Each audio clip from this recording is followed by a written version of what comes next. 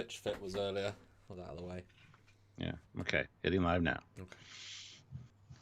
Going live at 5. That's the way we make a living. Going live at 5. Dun, dun, dun, Oh dun. yeah, what do you say? What is that from? Oh, it's working 9 to 5. Working 9 to 5. Yeah. It was so well done. I was just like, there's something here. It's so Good. genius. Oh wait, he stole it from real life, and that's okay because you know what? I think some might even say your version was better. It is better. Well, I mean, I guess that some people is you. You would say it. Absolutely, I would. You and your wife and the children and the child that still lives at home because otherwise you'll threaten them with not living at home anymore. Yes. Hi guys. How's it going? It's how they pay rent is to lie about your singing ability.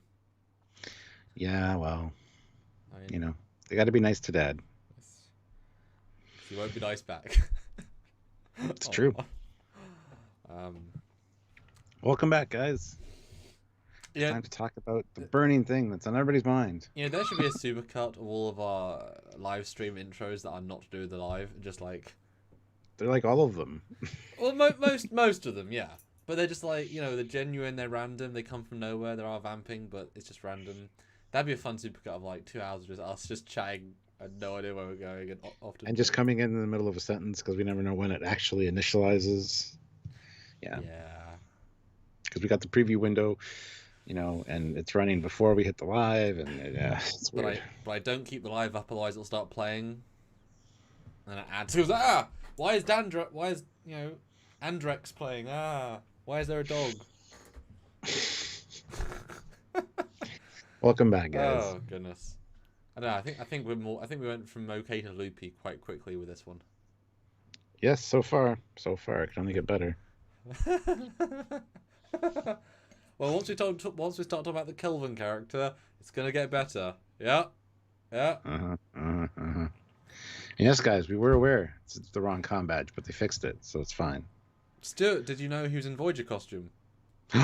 What? He's not. He's in. Oh, that's right. Yeah, because you know we didn't see it at all. It's the first thing I noticed when I saw that clip last week. I'm like, what? They got the comm badge wrong. Well, maybe there's a reason for it. Nope, they just making a joke that I obviously saw it. That's the joke. Oh. Yes, we're teasing. We're teasing. And I've got a graphic, don't worry guys, talk about. But we did watch the scene, and we are going to talk about the scene because that can't not be talked about, and it's extremely juicy. It's like a really good... Stuart, you know what? That scene reminds me of that burger we had in Vegas after we found a good place to eat, the chicken burgers. That was like really like juicy and delicious, and you know, if we go to rent right from our hotel room, you know. Did it have the wrong toppings on it though? Like, did we need to correct the toppings before we actually ate it? I don't know. That was fine for me, I think. Smash burger. I'm just making a joke. Okay. Anywho, yes, some super chats rolling in, which is a great time for Samuel to piss off. Okay, I'm pissing off. Yes, Captain! Pissing off! Good job. All right, guys, as you see, some super chats are coming in. We will get to those in a second or two. Don't worry. Once Samuel gets back, we will talk about those. And super chats are a great way to support the channel and help us out. They do get your comment read, your thoughts put out there. We do read every super chat, and we kind of pride ourselves on that because a lot of channels don't.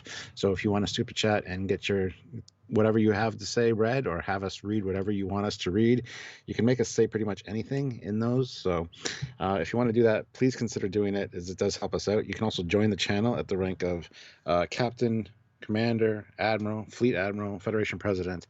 All those channel memberships really help us out as well. And or head on over to Patreon/Trekyards. Help us on a monthly basis. We create all this content for you for free, especially when there's new shows on. We've always got new discussion topics and video side-by-side comparisons and things like that. And we might notice things you don't. So if you want us to keep doing that, by all means, consider supporting the show because it's really helpful. If you want to send a PayPal, you can do that as well to trekyards@hotmail.com. Just put in the chat that you've sent us a PayPal, and we'll read your comment or question via the email from PayPal. Just make sure the moderators or us know that you've sent it, so we can know to check our email to read it out for you guys on the air. So that's another way that you can interact and help us out.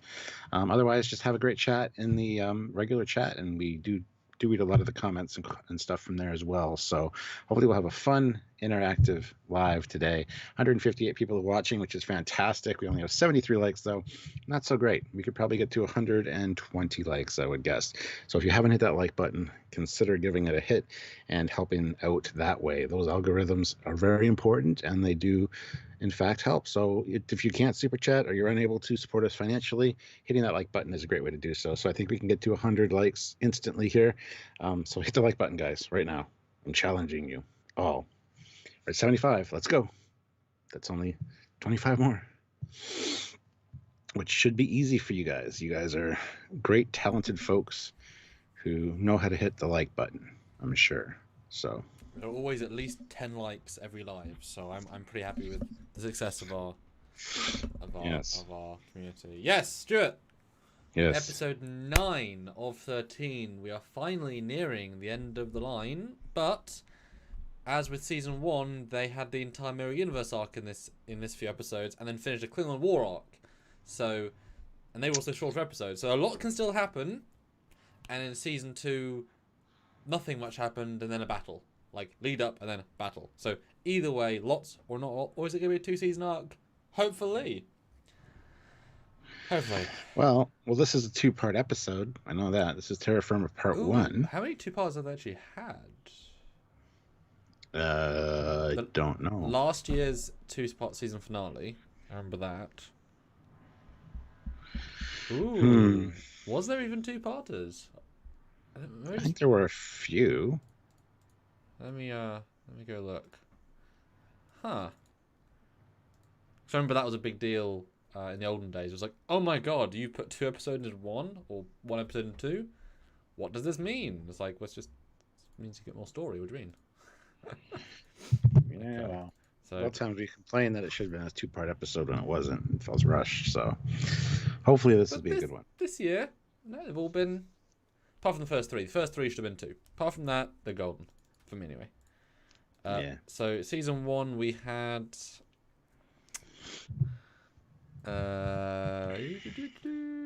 Nope, no 2-part in season 1. I mean, technically you've got 2 parts of the same story, but there was no part 1 and part 2. You know? It was Vulcan Hello, Battle of Byron Stars. That's not part 1 and part 2, that's 2 distinct episodes. And it's in the technicality of a part 1 and a part 2. And then season 2, yeah, Such Sweet Sorrow part 1. So this is the second 2-parter of the franchise of this side. Yep. Well, we got a few super chats. We're going to read those right away. Get those done. First one is Area 51, who throws in $2 and says, first, ha. So he's got the first super chat slot. Will he also have the last super chat slot? We'll have to see at the end of this live. He says, Samuel says yes. There you go. Needmore Cronenberg puts in $2.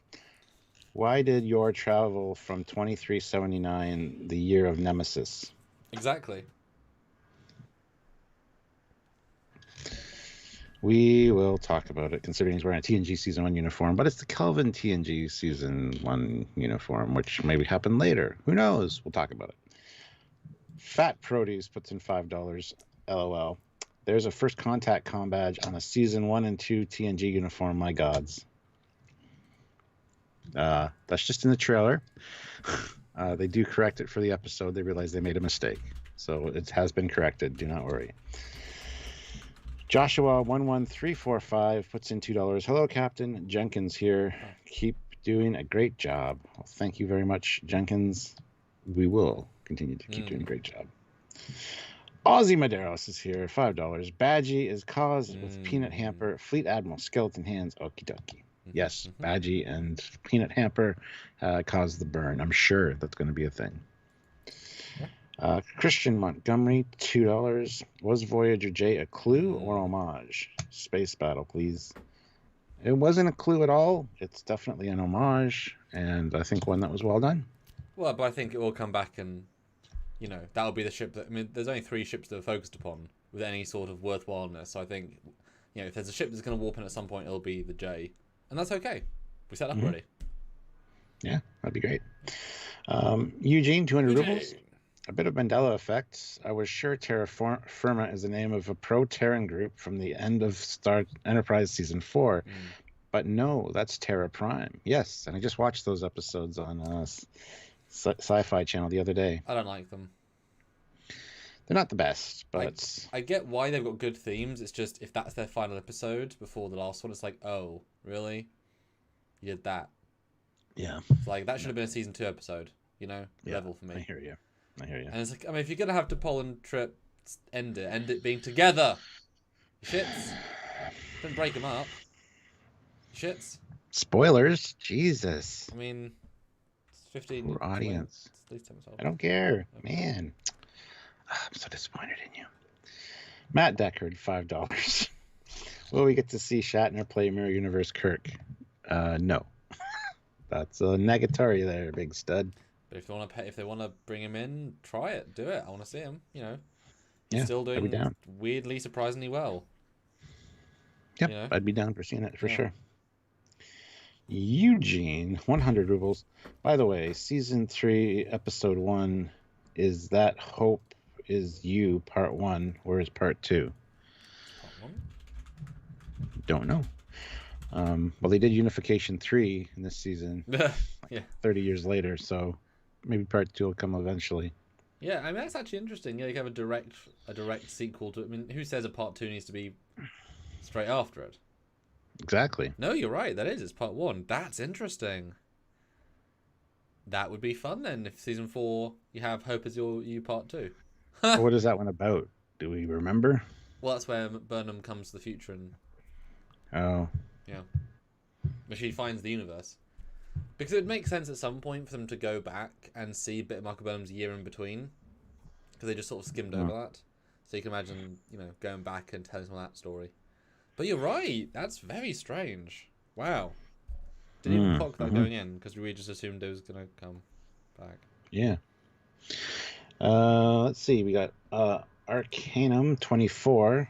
Puts in 35 Tsar. Not sure what that one is. As always, I will Google it. It is £2 in South African rands. Thank you very much. Congrats on your currency being strong right now. Yeah. The badges are confusing, just like the writing. But they fixed it just like the writing. That's great, yeah. Shouldn't have never been a mistake in my opinion though. But anyway. Good Tea, Nice House puts in $10. Thank you very much. Tasha Yar came from a different universe and traveled into the past, and so did Harry Kim and Miles O'Brien. They are both not the original and from a different time period. No symptoms like Georgio.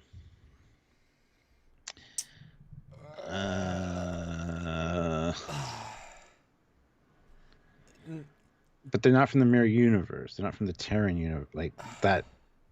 And that's the clincher here. Well, I mean, Harry traveled from a timeline that he was equally. He didn't travel. Harry died at the concurrent time from being alive, so that they didn't move in time. Yeah, that was an alternate. And although technically, actually, I think it was more that they were an anomaly and therefore they ship split. I don't think it was actually two universes. I think it was the ship split for some reason. So that I don't think counts. Tash is interesting, but it was only 70 years, and who's to say she didn't get ill because she died like 30 years after anyway. Yeah. Who's to say? Yeah, it's not 930 years. So she might have had an acute cyst. I mean, that might be why she died. Well, no, I mean, she tried to escape, obviously, but that might have been like, you're too weak to get out, shoot. And then Miles O'Brien. When did Miles O'Brien travel in universes in time? I'm trying to think, and I can't. I mean, he traveled in multiple universes, but that was Smiley, but he went back to his own universe, and they were concurrent in the timeline, so... Yeah. Good T, clarify, because that's a strong old statement. So let's, yeah. Yeah. And Hezrat says, you could argue that Kim, Yarn, and O'Brien were all from the same universe, they were just from an alternate timeline in that universe. Yes. That's not quite... I mean, that's semantics. The universe doesn't care about the semantics, besides... but it might. Besides, Yar went into an alternate universe. She went back to the Prime universe. Like, she... No, you're right. Yeah, she came from alternate universe into our Prime universe because the alternate universe got created because of her going in. Yeah. she came from an alternate timeline, splitting off from Yeah. the same universe, not a different universe. The Terran universe is apparently a different universe Well, that's a altogether, problem. not necessarily. That's a problem. We saw the split point, but they were evil before that anyway. So it's not a split point universe. It's a very Yes, similar universe. which I think the Kelvin one might be as well. So, Oh, well, obviously, have you seen the Kelvin itself? The USS Kelvin. I unfortunately, mean, they I have have, cinder yes. blocks, literal concrete cinder blocks in engineering. Despite 80 years earlier, the NX-01 has a beautiful metal engineering room. You can't justify that. It's pathetic. They're morons. Bridge is nice, but morons. Didn't Yeah, give a shit. no, I agree. Oh, we're caught up with the super chats. So, Oh, O'Brien was seeing himself just a few hours in the future in the time, and then he swapped places with himself. Yeah, but that was hours. I mean, in terms of yeah, temporal signature, it's not the same as 900. I mean, it's escalation, isn't it? You know. I just watched an episode recently. That's a really good episode. It's a very simple one. haven't seen that for a while, actually. Good. Um, So, Stuart, what do you think? Oh, sorry. 24 throws in another 70 of the. Already forgot they were. So Hold on. sorry. That is $5 in South African rands. Appreciate it. Thank you. This show appears to be trying its very best to break from canon. Why ignore the canon? The canon makes Star Trek. Yes, but that's 3 misspellings of canon in one super chat. One N in canon is a weapon. Sorry. But yes, we've said that before. You've got the universe, use it. Don't break what's been established. But, I mean, they're showing a TNG, non-TNG uniform, so they are actually using the canon this season properly for the first time. You know, we saw a correct com badge, we saw the Picard uniform, even though it's their own canon. Season 1 and Season 2 were the ones that we've been ignoring and breaking. This season, they are using and embracing a bit more. So I think, you know... True. They've got better at it. But, I mean, all Star Trek ever has broken canon in little ways, so, I mean...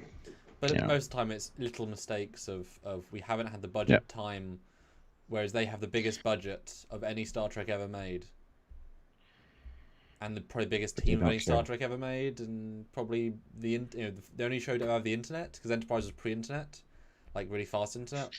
So but they had really smart people working on it that knew all Trek. That's the key. But yeah, this show can Google. What com badge should be with a TNG person? Oh, it's this com badge. Okay, prop guy, make 3D model it and print it today. Like, it's the first one that can do that. The fact that the people just didn't know that, and it got past so many eyes to be on screen for the trailer with the wrong com badge, says a lot about the team working on this show. I'm sorry, everybody should have caught that. Well, it's the same with Data's hairline. It's like, guys, it's a wig. It's a wig either way. Yeah. Just watch the show and make a replica. Do you wonder why Troy looked so good? Because she stole her wig and used it, and stole. You know, it. That's the thing. If Troy had Marina not stolen her wig and contact lenses, they would have forgotten about. Well, they didn't know about the contact lenses for one thing. They didn't know she was meant to have contact lenses. And the second thing, they didn't even have her hair prepared. So you know, oi. Oh yeah, bigger budget for 13 episodes and TNG of 26. Yeah, that's embarrassing. They've over twice the budget per episode because they have to. Yeah. Oi. Well, anyway, let's get into it. So Stuart, what do you think of Season 3, Episode 9 of Discovery? No idea. Haven't watched it yet. What do you think of Season 3, Episode 9 prediction trailer they show us? Seems fun. There's some anomalies in it though. Temporal anomalies? Yep. Looks like it might be. You know, at some point they're going to say that, and I'm going to be like, yep, I got it. You're waiting for it. I know. I'm waiting for it. I know. They always say something else, though. They got real close this season, though. They got real close to saying it. Yeah, I mean, it starts off literally with the old Discovery, which we've been debating whether the old Discovery is in the nebula or not. I don't know if you see it. That straight. I don't know if you actually noticed that or not, because it goes by so quick. But yes. Yeah, I noticed it right away. Like, it's obvious with the new deflector shape, right? So... So this feels like an instant, because they have yet to reuse footage like this. Now they have given us footage from a newer episode, but they've not reused footage like this. I guess technically they did use a clip of Georgio from last episode, but why would they F up and use the wrong ship? So this, assuming they're smart enough not to use an old flyby, which is incorrect, this is a absolute. Well, yeah, the old Discovery's going to be in it, or it's going to be a flashback. Yeah. I mean, you'd have to. This doesn't make any sense, which is interesting. I mean, confirmation old Discovery's in the episode. Whoa, you know. Yeah. Hot dang. Christian Montgomery, $5. Could red matter return to its original universe, debris and all? Also, could it possibly appear at any point within the prime timeline? Could red matter return to its own universe? I mean, it seems kind of odd, but interesting question. Not quite sure how red matter works. Neither would they. So you think that red matter creates a wormhole or a black hole, Sometimes. but only to its own dimension, so which means Vulcan would appear where Vulcan is. But we know Vulcan not where Vulcan is because the moon. But it'd be a was different next to time. It'd be a different time, and it wouldn't be in the same position in orbit. So Yeah. you'd have two Vulcans in the same orbital plane, but not at the same spot, because one was in TNG time, and it wouldn't be in the exact same position because it's always rotating around its sun. So then the TOS one would show up in the TNG time, and it would be in a different location. So you'd have two Vulcans, which would totally destroy their solar system, if that's what you're implying with the red matter. I don't know if that's what it is. So anyway. I want you to look at my webcam right now and picture that red goo is just dripping out of my ears. That face, just like, because I was like trying to work out what we're saying here, and I was getting like, huh. Because I like time travel shit, but it's like we don't know how any of that works. It's really hard to comprehend it because they don't know how it works either. Are you confused about the planet thing? Well, yeah, I mean, you know, because unlike Spock's ship, which went through in one piece, the Vulcan planet got sucked in pieces. So you'd assume the atmosphere would be totally wrecked by the force of gravity pulling only parts of the planet at the same time. You'd assume it would be completely like. No, I'm not talking about that. I'm just saying, yeah, if it collapses in and comes back out the same way and is fine. Okay, we're assuming it would be in a different location because TOS is like 100 years before. Yeah, I get that. That's clever. I get that bit. Cool. But I mean, you know, as we said, red matter creates wormholes except when it doesn't. Yeah. Sometimes they go through back in time, and sometimes it just kills them. It's like, what? They really should have made it consistent that every time it goes somewhere else, like that would have been funner. So Vulcan did survive somewhere in another universe, and Nero is alive somewhere else in another universe. That would have been much more interesting, I think, than sometime. Yeah. James Fagan, $5. Maybe I'm alone, but I miss the established politics of TNG era with borders, brinksmanship, with Romulans, Klingons, Cardassians. Where are we now? Well, we assume most of those join the Federation. We see a Cardassian captain. We know of course the Klingons. Remember, I'm sure the Romulans were at some point before unification. Probably would have made unification a lot easier if they were already members of the Federation. So yeah, we need Cardassians in Starfleet uniforms, and so it's kind of been answered a little bit. Just assume that with 351 planets at the Federation's peak that they all got together. Well, and besides, the way that it's all sort of does in the side media, I would have thought you'd have two types of Romulans. Those that like the old ways and those that just want to live on and be peaceful and happy. And so a branch of them went for membership and a branch didn't, and then they just went their separate ways, and kind of like Vulcan Romulus itself, and then, you know. So there are Romulans in the Federation, just as a branch, etc., etc. But yeah, guys, I mean, what do you think? And in the chat, so we've got 326 people, which is brilliant. Put in the chat right now, do you think this still, from the start of this isn't a season 1, this is a season 3, episode 9 trailer, is this a lazy reuse of old footage because they don't care or didn't have any footage or ran out of time, despite last week and every other week them using the correct footage, so this is the only time they've done that. So is it a pure idiot mistake, or is it actually telling us there is the old discovery in this episode or a flashback? Tell us in the chat what you think. Mistake, flashback, or new discovery with its reprogrammable matter to making itself look like the old discovery. There's 3 options. Or Calypso, literally. You know, I mean, there's you know. Yeah. Because it stands out so much, you know. Yeah, it does. Huh. And 323 people watching with 156 likes. We can easily hit 200 likes. Hit that like button, guys. Please do. Techno says no. I don't know what that means. Time Lord says reuse. Because I'm sure at this point now they're actually running at a time to make each episode. You know, they were ahead and now they are, you know, they're going to get more and more. I mean, we saw the end of Picard. It was an absolute cluster F of lack of time and effort, and, you know, so I'm sure now they're starting to have crunch time where they know they've got 5 weeks to make, you know, they're only a few hours ahead almost, so I wouldn't be surprised if it's just a reuse because they're like, oh, no one cares. It's like, well, not in the grand scheme, but it's like, I mean, you've got so many other clips, so it must be deliberate, you know? Oh. Yeah. Well, we got quite a few super chats rolled in, so we're going to read those. John Chanel. Thank you, John. $10. Oh, it would be cooler if they used the Guardian of Forever to send Georgio back to the Mirror Universe than some hyper advanced future tech. It'd be cool to see the Guardian of Forever come back, absolutely. Can it cross dimensions like that? We're not quite sure. I wouldn't be surprised, but... Well, I mean, by the very no, it can, because when the Guardian took him back into the present and the Federation didn't exist, that was an alternate reality at that point. Like, they changed the universe, they pulled him into a different universe, and they went back again. Yeah, the Guardian's the most powerful. I mean, that would be a really fun...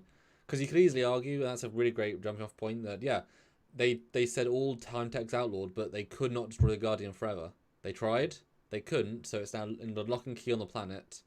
But if you need it, it's there. But it will also not let you go unless you know, good reason. That's actually a cool idea. Huh. Yeah. Yeah.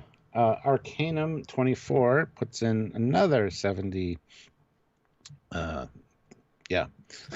Apologies. Canon. There are a few things that bother me about the show. Characters appear and disappear constantly in the series. Mr. Sahil. Hashtag justice for Sahil. Poor Sahil. And Jet Reno is an afterthought. I mean, she's not even in the show. Like, let's not even consider her as part of the show. She's not really. Well, she was in 2 episodes and 4 scenes. I mean, no, she's not even a cameo at this point. You know. She's a figment of somebody's imagination, we're going to find out. And it's funny because Guinan, who's in so few, has a massive impact. Jet has no impact at all and is also in so few. You know? Although Techno says, well, they had time. They finished the final 2 weeks ago. It's not a sloppy mistake. Although if they finished the final and yet they didn't catch the comm badge until the trailer came out, people told them until it was aired. Because that trailer, you wouldn't necessarily, you know... So I guess they had to say, oh, so they moved to the next project. And so I said, guys... What? You screwed up the comm badge? What comm badge? Episode 7? We finished that weeks ago. Yeah, could you just fix it, please? It comes out in 4 days. Ah! Oh. Yeah, that's an embarrassing mistake, too, in my opinion. And Ogre333 puts in $5. Thank you. Enough red matter exploding could create a wormhole large enough to pull a whole planet through into another time or timeline. Well, yeah. I mean, the problem is they had all the red matter aboard. Did they have it aboard the Narada? Do you think that the jellyfish was still on board? No, the jellyfish was shooting at the Narada. So the red matter was on the jellyfish? No, the jellyfish flew into the Narada. And Spock used it to disable it. And then they shot But all the red matter was aboard, though. With that big ball of it when you only need one drop to get rid of a planet. Yes. So it makes you wonder what happens when all of it goes boom. The burn happens. Oh, that's what caused the burn. And you know what? Kurtzman might do it. He invented it 10 years ago. Oh, he did too, you're right. They find red matter. Yeah, there you go. Oh. What really happened is a Kelvin character came from the TNG timeline of their universe, brought some red matter. We experimented on red matter, thinking it'd be a power source. The red matter, like the omega particles, started forming and then exploded, and then it caused a wormhole that destroyed all of dilithium in the quadrant. And so both 2009 and Star Trek 2020 will both be destroyed by red matter. Yep. Goddamn. All right, well, You Viewed throws in £1, which used to be Lookout Tower Radio. just so you know. Mm. That's him. So thank you. Christian Montgomery, $2. Follow up. The nebula is the debris from red matter. Mm. James Fagan, $5. I didn't mean where are they actually now, but I meant I missed the era of established powers, not the fluidity of powers that they have now. Oh, okay. But you got to imagine that, when territories expand and, alliances are formed, there's other threats that you'd run into eventually. So there's different powers struggle. And I'm still annoyed the Andromedans haven't come back after TOS. I know. Such an obvious big threat that they could always pull from. But Liam says they had spotted the error on the combat for the ready room, as the ready room clip was already fixed. Yes, but they didn't go back and swap out the clip in the trailer, which showed, I guess, two teams working on it, or they, doesn't really make sense. We're not caring enough. Well, Ryan Gustafson throws in $140 Canadian and says, "Merry Christmas, fellas." So thank you very much. That is a great Christmas gift. Well, that's insane. Really appreciate that. Gosh. So thank you so much. Guys, everyone say thanks to Ryan.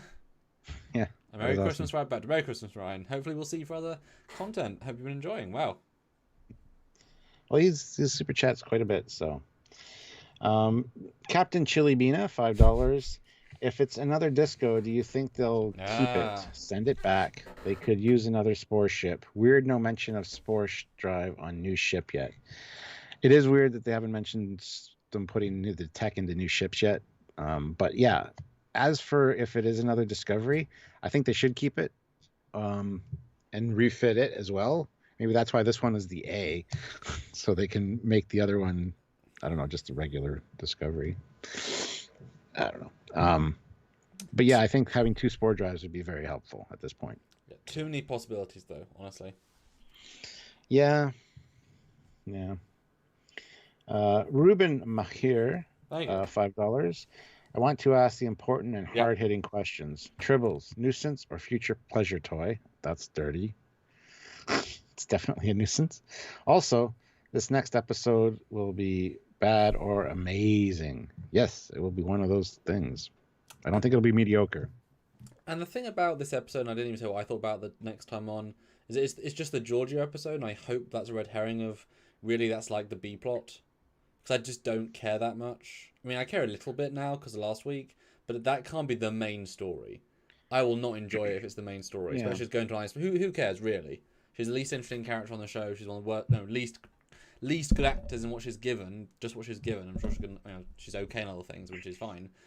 She's going to be one of the most important characters if it ties everything together. Yeah.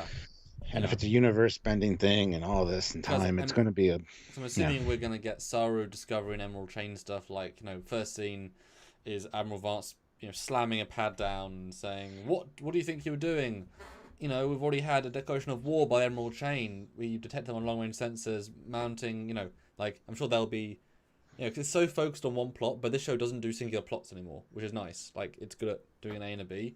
So I'm really eager for what the B plot's going to be. Oh, I guess it's the Nebula, isn't it? It's going to be Burnham and Mum. Wow, that was a Freudian slip.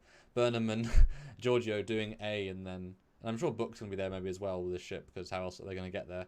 And then burn location. Fleetpaw Swiftback throws in $2, paying for $150 on to 200. We're already over 200 at 204. I know we're a little behind in the super chats. I apologize, Fleetpaw. But hashtag make Fleetpaw pay. Oh yeah, 300 likes. Come on. Although Starch Wrench says these are the people that forgot to put rank on Pike's uniform, so they digitally added them. Yes, they do make lots of stupid mistakes. Yeah. Yep. Scotch throws in $20. Oh wow, thank you. Don't forget, Kurtzman said this in October. I really would love to see continuity and unification between the films and the TV side, because I think it's what's good for Star Trek, and that can be done any number of ways. When he says films, he means his films, which is JJ verse stuff. Scary thought. Well, but they don't link. Why would you link them? I mean, link to the films is to Nemesis, and they've already done that with Picard. Why would you want to link Kelvin? I mean, it's a different universe from really far in the past. I mean, Kirk's been dead for how many hundreds of years? I mean, at that Yeah. point, it's just the future. It's just another Star Trek universe. Like, who cares? The Kelvin universe won't look like the Kelvin universe, and in Discovery, it looks like the Kelvin universe anyway. But we know it's the Kelvin universe because they mention it in the Ready Room clip. No, it's fine. But no, it's lovely red herring of like, hey, look, yeah, universes. But you know, I mean, like, okay, yes, you're right, linking that way. But like, we're going to see a big Kelvin arc. That'd be bizarre. I think we will. I think we Although will. I'll go maybe Kurtzman said, hey, licenses are finally under one roof. I can actually write a Kelvin thing, and that's legal. I don't have to pay anybody or pay CBS. Because I'm sure even just saying the word Kelvin.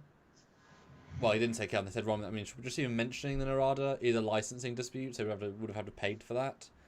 Even though he's paying to his own bosses to do his own work because the different people owned it originally. Yeah, lots of potential. Some good and some bad. So, Jaykiller, $5. Look.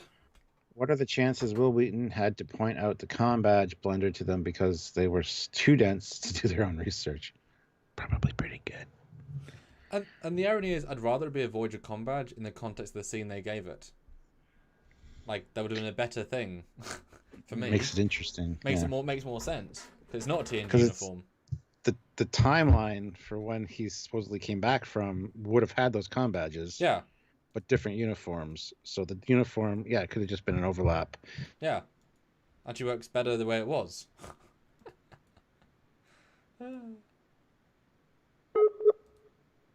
Development. Oh, yeah, I guess. But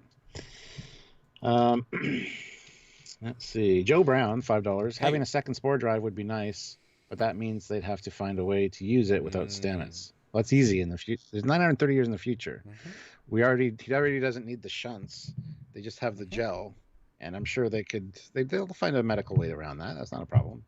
Just tardigrade DNA that's in them. So I mean, it was a completely non ill effect medical treatment that didn't do anything to him except make him go through anywhere in space and time. Like, it was absolutely incredible. Well done, science. Yeah. Stuart, Yeah. I like science. Oh, good God. Ogre 333, $5. Q got drunk and changes little things just to F with us. Fuse in this dimension. Yeah. Easy. Maybe that's the case, yeah. Arcana 24 throws in another great super chat of 70. I keep forgetting what they're called, Dennis. Sorry. African Rand. Imagine a TNG with today's budget and CGI. Creating god-tier tech, programmable matter, personal transporters are making the writers' jobs impossible. No, a clever writing can work around anything like that. And besides, they haven't gone for an antagonist this season yet. It hasn't been about that, and it's been refreshing as all hell. I mean, Control's a god tier thing. The only way they beat it was have him not do anything. How do you defeat a fleet of the most powerful warships and outnumber them? They just don't fire at you. Oh. Okay. Or you have a big battle at the end where you launch thousands of shuttlecraft out of a bay that can only hold maybe 6. Yeah, or in Star Trek Beyond, how do you address the fact that miracle blood can heal infinite radiation poisoning, and you can transport across the galaxy? You just don't mention it. So Yep. James McGill, $5. Good to see you. Keep up the fine works, Captain Foley and Commander Calkins. The burn happens when Star Trek canon is violated too often. Yes, too many contradictions and inconsistencies cause the burn. Love it. Fact. And Fleet Pop Swift back $2. 212. Let's get 250, then 300. Hashtag make Fleet Pop pay. We're at 225 or 223, sorry, with 375 people watching. So guys, hit that like button if you haven't. We can easily hit 250. We can easily hit 300 at this point. So make sure you're subscribed to the channel. Make sure that you've clicked the notification bell icon to all and click the like button. Very important, and it's a great way to help us out. So. And BJ Turin says, before CGI, you had to have good writing. Yeah. Except obviously, you can have both. Some things you can have both. And like Temper Anomaly, I had to have good writing because I didn't know how I was going to do CGI fully. And then I managed to get good CGI by the end of it.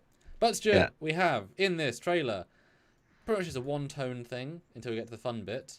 Georgio is sick, but she doesn't want to be sick, and she's fighting with people. And it's a whole, will you be able to let her go when the time comes to burn him, I assume? Mm-hmm. And also, Saru, I believe, says the needs of the one, or the needs of the many outweigh the needs of the one. So they're going to have to like sacrifice Georgio for some reason, or get rid of her. Well, no, I think it's more a case of, you know, this thing could save her, but it's absurdly risky and not like, you know, is it worth taking our spore drive to the edge of its end of its rage, etc. Especially if there's another, you know, the burn is right there, whatever. Because she's not that important in the grand scheme. She's only important because she's a Hollywood actress. You know, if she was being played by any of the secondaries, well, we see what happens to them. They don't get any screen time.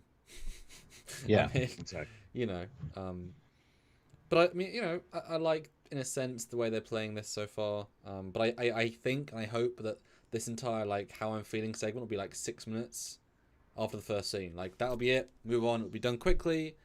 And that's why it's kind of dwelled on here, because it's such a little part of the episode that they can sort of, look, this is a solid piece of episode. But then you don't know what else happens, you know? But we see Vance on Discovery, which is weird. Yeah, and the lighting in that scene is incredibly weird. The lighting is very bright for Discovery. So one thing that you'll notice when we get to my comparison render, this is a pre-graded episode trailer. This was obviously made many weeks ago because the footage is way more flat.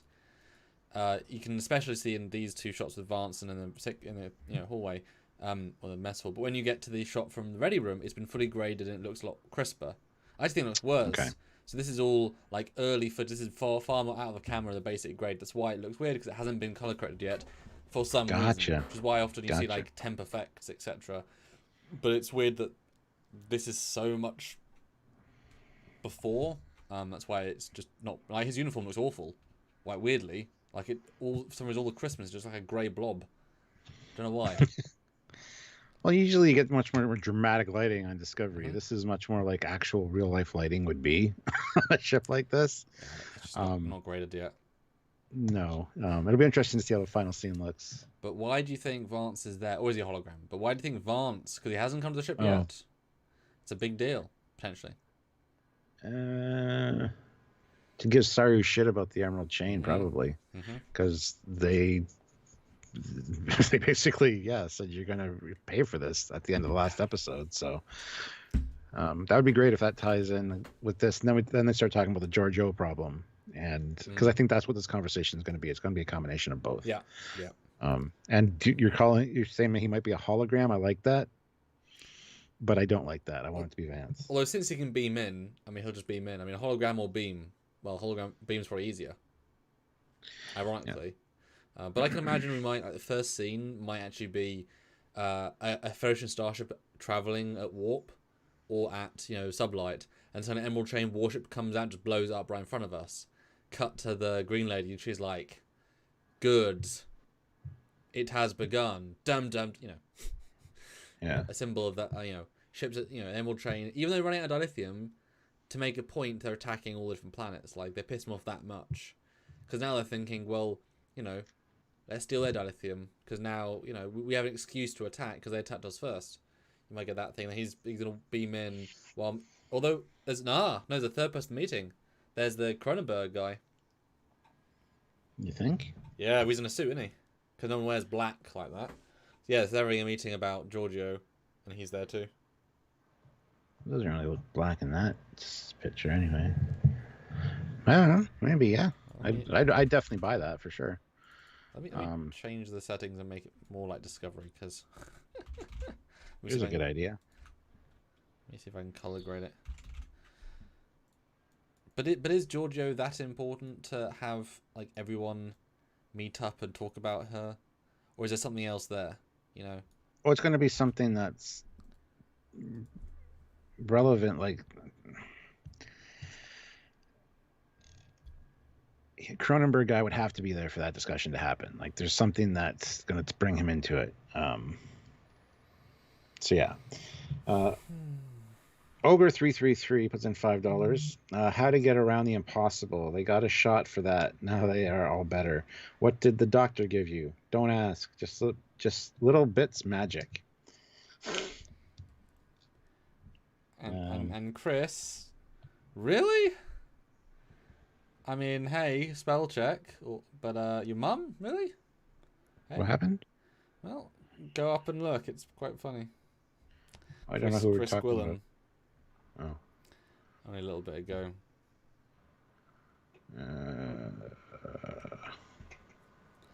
Oh dear.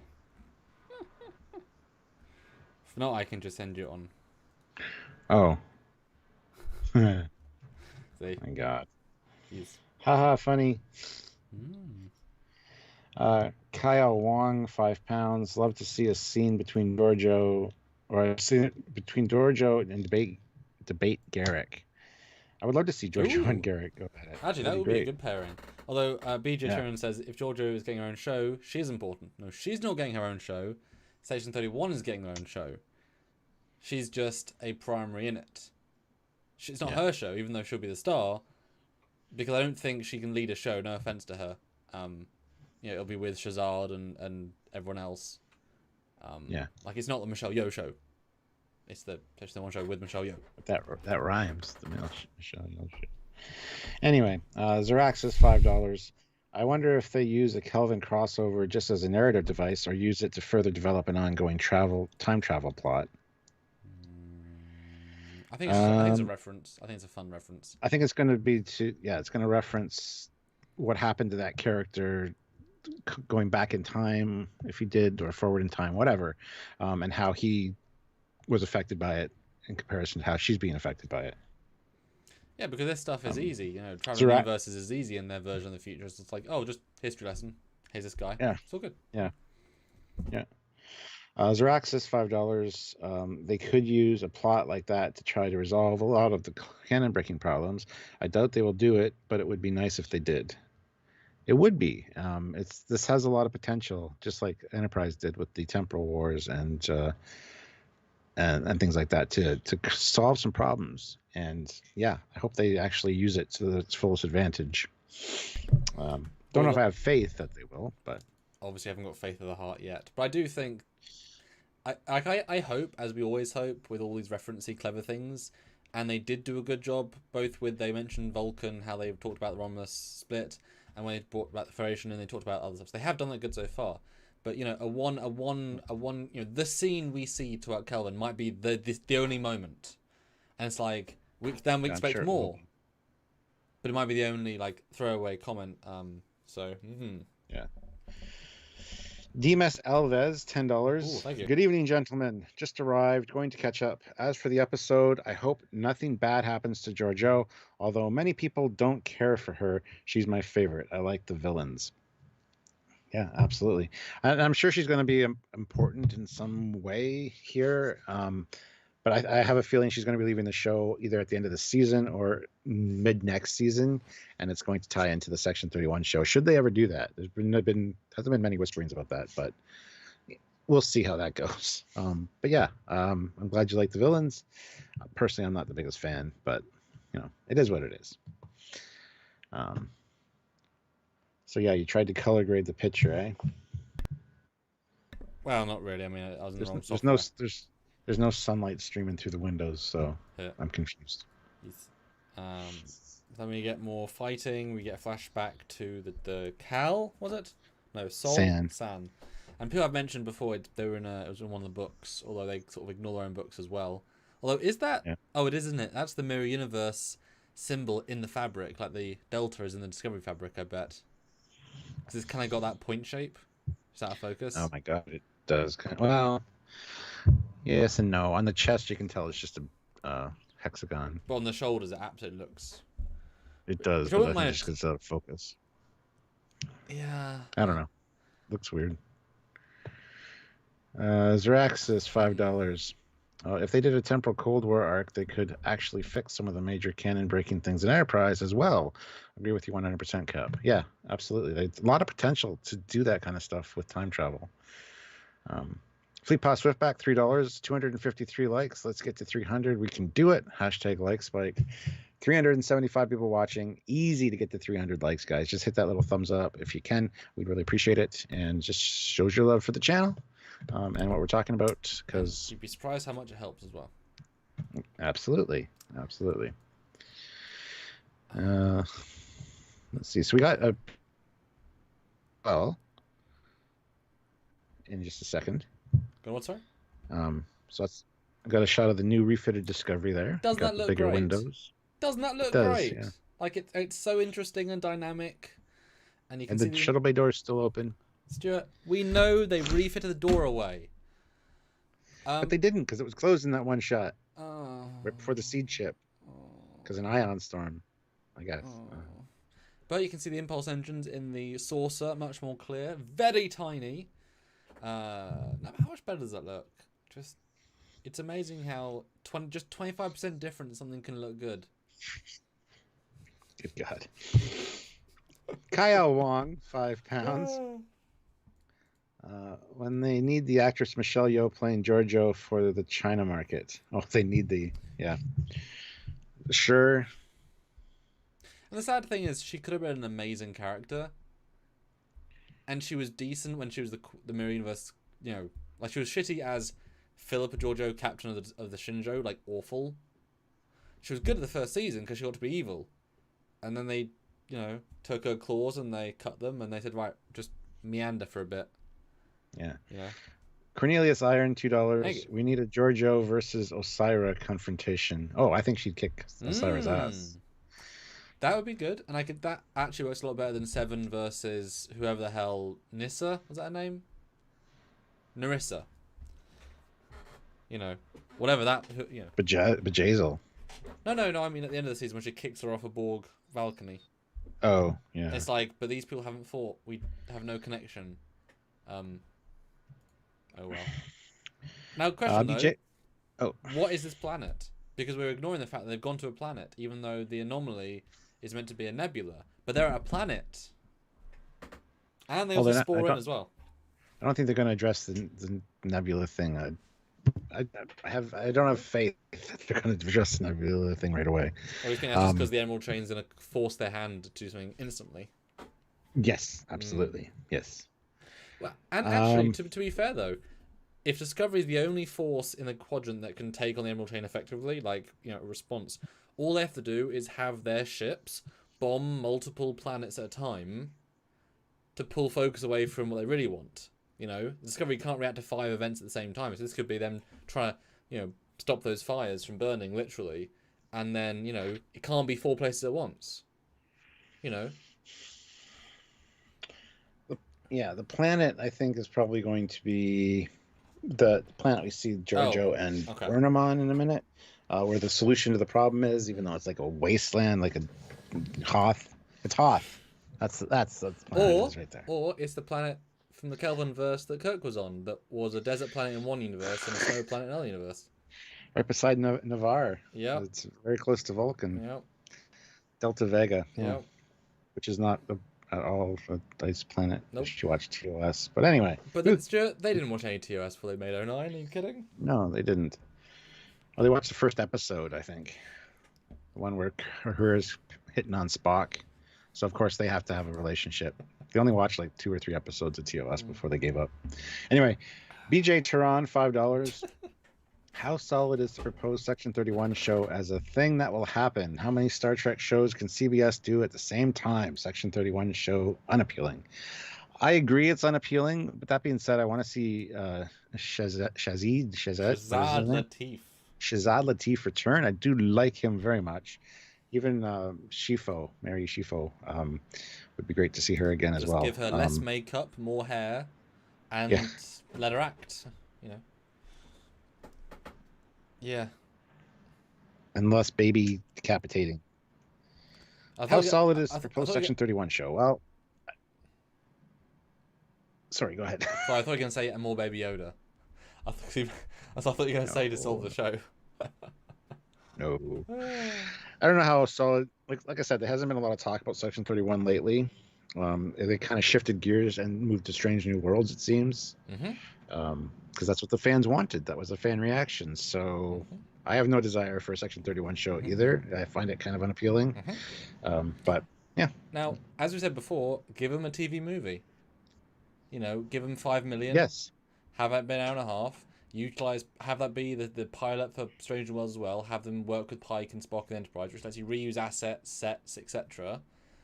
And then you go straight from that. You've now spent some money to build more sets of Strange New Worlds. That makes Strange New Worlds pilot more practical, and then you go film in, and then you get to have Shazad, Mary, and Georgio appear in Strange New Worlds for one-offs. Boom. I mean, seriously, it's not hard, Stuart. It really isn't. You know. I know. Area 51 says Kurtzman watching one episode of TOS. Yeah, sure, I got it. Whatever, let's roll. And he's also on his phone the whole time. It. He's playing Flappy Bird because at the time. Yeah. Okay. Yeah. Great. I got it. So what's the character's name? That pointy-eared guy and that Dr. communications Spock. office. Dr. Spock. Yeah, that Dr. Spock. And Dr. future Spock Zoe Saldana. There you go. And the girl from Avatar. They obviously have a relationship, as you can tell, because. Yes. Fleet Pass Swiftback, $5. There's impulse engines in the saucer now. Huh? How does that work when it spins for spore drive? Didn't notice that at all. Well, they want to be on when it's, you can just have, if you need impulse while you're doing the spore drive thing, just use the big back ones. Maybe it's for a saucer separation mode that we have now. Who knows? Yeah, I can see them incorporating that. The saucer also doesn't spin anymore, just the inner rings, so that they don't spin. So, easy answer. But with the lights, at least make it look like it spins. Both of them. No, it's just the inner ring. The actual physical geometry doesn't move anymore. Yeah, it's a nice update. But the thing is, this planet doesn't look like an ice planet. I mean, I know you can have poles on a planet. Fine. Navarre didn't look like Vulcan either.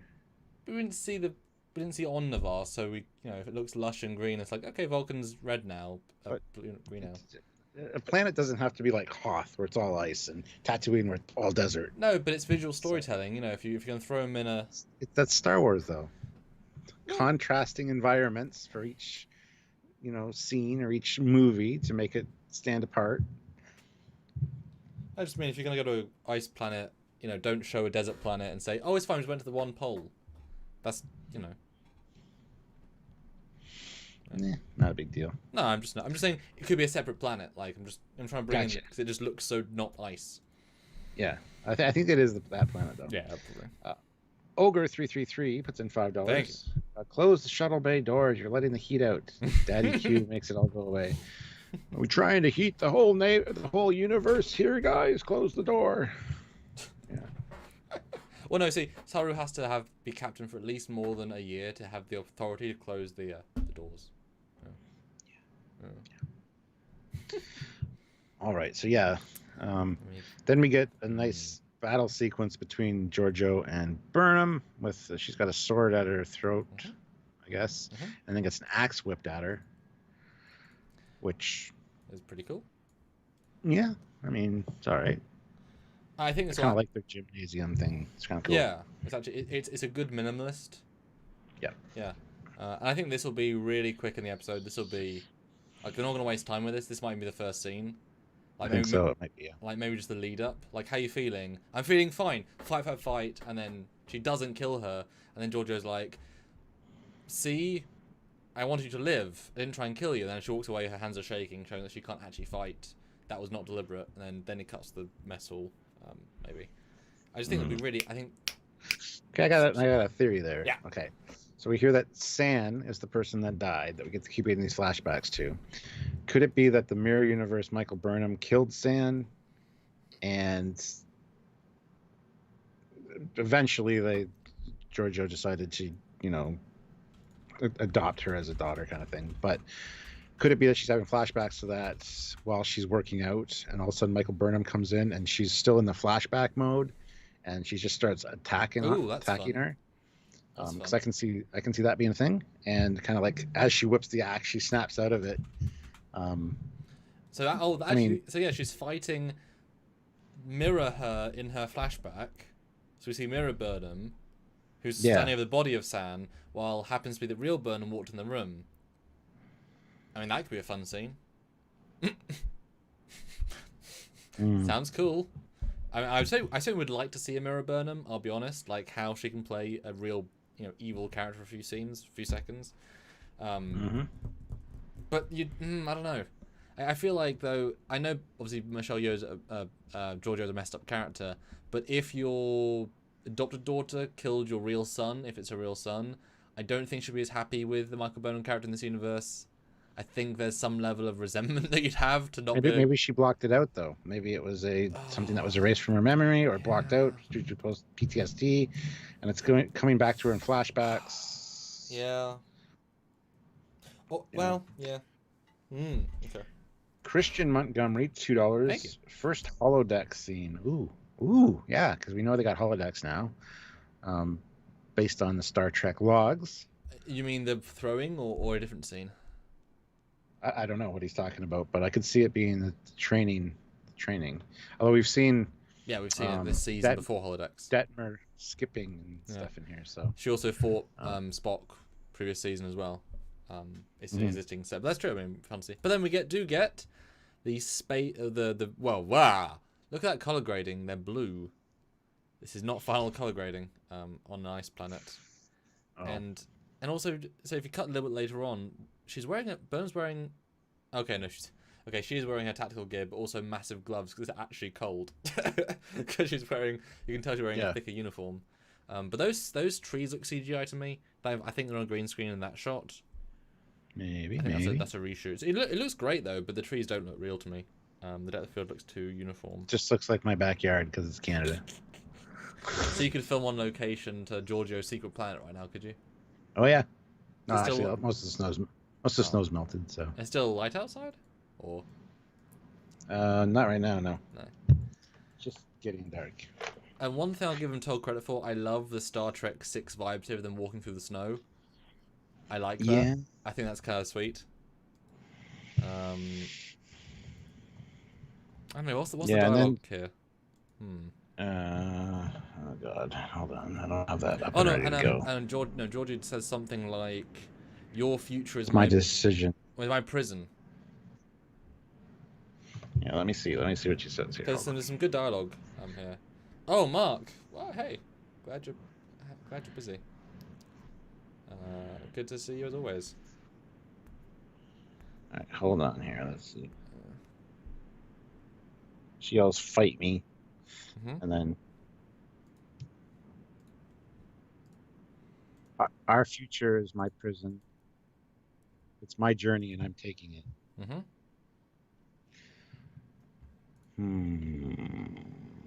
Mark Lawrence, $5. Was insanely busy at work. So many things need my signature. That's how it is being famous. It's called an autograph, though, not a signature. So every time anybody asks for your signature, just say, "Oh, I'm famous." It's an autograph. That's how it works. Yes. All right. So, yeah, she's going to have to make a decision to save her life, I guess. And I don't know. You think she's going to be gone after this episode? Like, you think this is it for Georgio for a little while and come back like the last episode or something? Because I can see that also being a thing. No, I think they're going to find... It's such a slow burn season. They're going to... Slow burn. Boom. The burn happened like almost instantaneously, man. I think what we're going to do, I think this is going to be the start of the build-up. So we're going to go to the nebula, and by the end of the episode, realize the cause of the burn, or at least the initial cause, not necessarily who, but what it was. And we're going to have Michael Burnham and Michelle Yeoh find the thing they're looking for, and it be like an old character, an old thing, like something we recognize, and be like, wait, what? And then cut. Next time on, and then they have to then fight or work to get to the thing, which will be the next episode. And at the end of that episode, they'll have got it and come back to Discovery. But now the burn is such a big deal, and it'll actually end up being like slightly linked because the mirror universe we talked about the connection, and now suddenly, the two storylines will diverge for two episodes, then come back together, and then be important in the final couple. I think could be interesting. I think we a slow story. Not gonna say burn. Slow story. Well, it's interesting because they're on the planet, which the episode's called Terra Firma, which means solid Earth, essentially. So is I almost get the feeling that Georgio's going to have to stay on this planet because somehow it's linked to her universe, so that she's not going through all the problems she was going through here. She's got to stay on solid ground. Maybe. I don't know. Lots of potential there, though. I mean, I like it's a snow environment. I haven't seen that before in this context for this sort of show. So I like. Oh, I don't know. Well, we're going to get to talking about the thing we really want to talk about in a second. But we've done well, actually, Stuart, trying to avoid it for most of it. We've done good. I know, and we're an hour in, so. Excellent. Area 51, $5. Trouble is, when they spore jump and they have those saucer impulse engines on, the ship pulls to the right a bit when it jumps. Well, they wouldn't have those on if it was spinning. So, yeah. And George Magrum, $5. Thank you. Tracks in the snow are throwbacks to tracks in the sand in the Vulcan Hello episode. Ooh. Yeah, it's very good. And there'll be this great moment where they haven't done Delta and a Terran Universe symbol. The really intricate circle. Yeah. Really intricate. And she'll be like, Philippa, again, 2 universes, 2 damn same tricks. God damn it. But that's what you have to do, Stuart, to reactivate the portal to the Mariniverse. You have to walk 130 miles to create the symbol. Yep. Yeah, well, let's talk about the uniform, because, and this, you can tell this hasn't been color graded because it doesn't have the pop, the yellow pop. Yes, and this is very, very blatant when you compare them. But Stuart, let's jump then, because this is the highlight of the trailer, fair to say. What was your first reaction when this happened? You know that DiCaprio meme from Once Upon a Time in Hollywood? Oh. Where he's pointing at the TV? That's what it was. It's like, oh, look at that. And it's like, I recognized it instantly as like a first season TNG uniform. And I noticed the wrong comm badge, and I'm like, that's going to piss people off. I say that a lot to Sylvia when we're watching this. Like, oh, that's going to piss people off. Oh, we're going to have to talk about that. Unfortunately, they make these mistakes. So it's you know, it's like, oh, yeah, okay. But no, I mean, I was super excited to see this, to kind of get some kind of other canon going on here. I thought that was great, and I didn't know anything about the Kelvin. So when I did my first reaction review to this, all I'd seen was this trailer, and people were like, so what do you think about them going to the Kelvin universe or mentioning the Kelvin universe? And I'm like, they didn't. Well, they did on Ready Room. There's a clip. You got to watch the clip. And I'm like, so we talked more about this scene than we did about the actual episode in my first reaction review on Thursday. So, I mean, you know, this is one of those things where, yeah, this was definitely a finally moment for me, you know, because these uniforms don't necessarily really like exist around, so they had to make them custom. But you know, I was right about the Picard uniform, which is great, and throwing a TNG comm badge or a Voyager one is great, but they had them for Picard, so this feel like an actual we are giving something real rather than this is a lower decks move, you know, and not just TNG, classic TNG. This felt like it took effort. We haven't had that for this show in a while, and it was kind of as nice as Patrick and Brent being in TNG again. I just wish, you know, they were better fitted to them, but I mean, Patrick's a lot skinnier, etc. But the first thing I honestly thought from this, and this is the pre-graded version, the least popular TNG era uniform looks better than the Discovery uniform, even though it's the least liked one, because it is incredibly crisp. It hugs his figure, and it is so well fitted to this actor. That is an exceptionally well fitted uniform. He looks excellent in it, and all they have to do would be digitally remove this stripe and remove this stripe, and it'd be a TNG classic, and he would look flawless. This looks better. This shows you that a 30-year-old art design that is a weird one tone easily looks better, and actually even holds up more on modern cameras. And I was so surprised by that, I'll be honest. I don't know if you actually thought the same, but I was really just... I did. I thought of all the uniforms, why that one? Now, there's a few things I want to address in the chat real quick. S1 Noir Trekyards, what badge did they do wrong? Google gives no results. They got a... And I'll show it in a second. Yeah, it's the wrong comm badge. It'll be corrected to TNG for the episode, but it's the later version of the comm badge there. And Liam Neon always wondered where sickbay is supposed to be, considering they have windows on 3 sides. Those aren't windows. Sickbay on a ship is always right in the middle of the saucer. It's in the safest position. even in the Enterprise, it's at the center part of the saucer and like deck 3 or 4. It's one of the most protected areas. So they're not windows. They're the shape of windows, but they're not windows. I don't think they know that. Well, they're not windows though, because there's never anything outside these. Okay. There's never bright light shining in these. You No, never see stars through them. I agree. They're always just details. Basically, what we're saying is they designed a set, a generic like square set, and said, "Oh, they're sick by now because there shouldn't be windows there." But yeah, Stuart, I made a graphic, and this is actually super interesting for many reasons. Can you send it to me as well as show them? Because otherwise I'll see a little tiny window. All right. You talk to the chat while I send you a thing. Ema Bobby. Yeah. So yeah, the comm badge is the wrong one. It is from Nemesis era, or Voyager, if you want to call it the Voyager one, and it should not be on that uniform. But that being said, in the Ready Room clip, which is like 1:20 long, they do say that he's, I forget which year it was, but it's like the Nemesis. The year of Nemesis. Year of the movie Nemesis. So the comm badge would be right for that year, but not the uniform. And it could be because it is a Kelvin, somebody that crossed over from the Kelvin universe, that the Kelvin timeline's a little bit skewed because it wouldn't be exactly the same. Extremely skewed. It could just be, it could be a weird overlap of different uniform with newer combat or different combat. So you know, we are absolutely going to call it out good and bad. So I've sent it to you now, Stuart. The fact is, this uniform is a funnier one because it was season 1 and they just didn't like it, and then by season 3 they swapped away, but because they didn't have the money to dedicate to make new uniforms for everybody, this was still used into season 7 by background extras, etc., etc. And obviously reused in All Good Things, etc. So this uniform was still around, and Generations, as we know, was 1 year after season 7.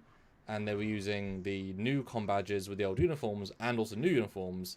But I would not be surprised, I don't think I've gone back and looked, but they may in fact be first season TNG uniform extras wearing first season TNG season 1 in Generations.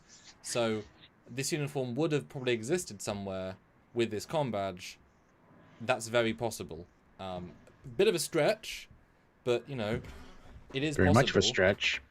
But it's not unheard of. It's not impractical. And in fact, DS9 used the new uniform and new comm badge while TNG was still on the air using old TNG uniforms and old TNG comm badge. Because we see Bashir and Data work together in different uniforms, different comm badges. So by that logic, a side crew member would have and could have. There is a very slight shift. So you can actually say that cleverly. But now you've seen the graphics, Stuart, what I find interesting is that this is a beautiful way of showing the left is the next time on, the middle is the ready room.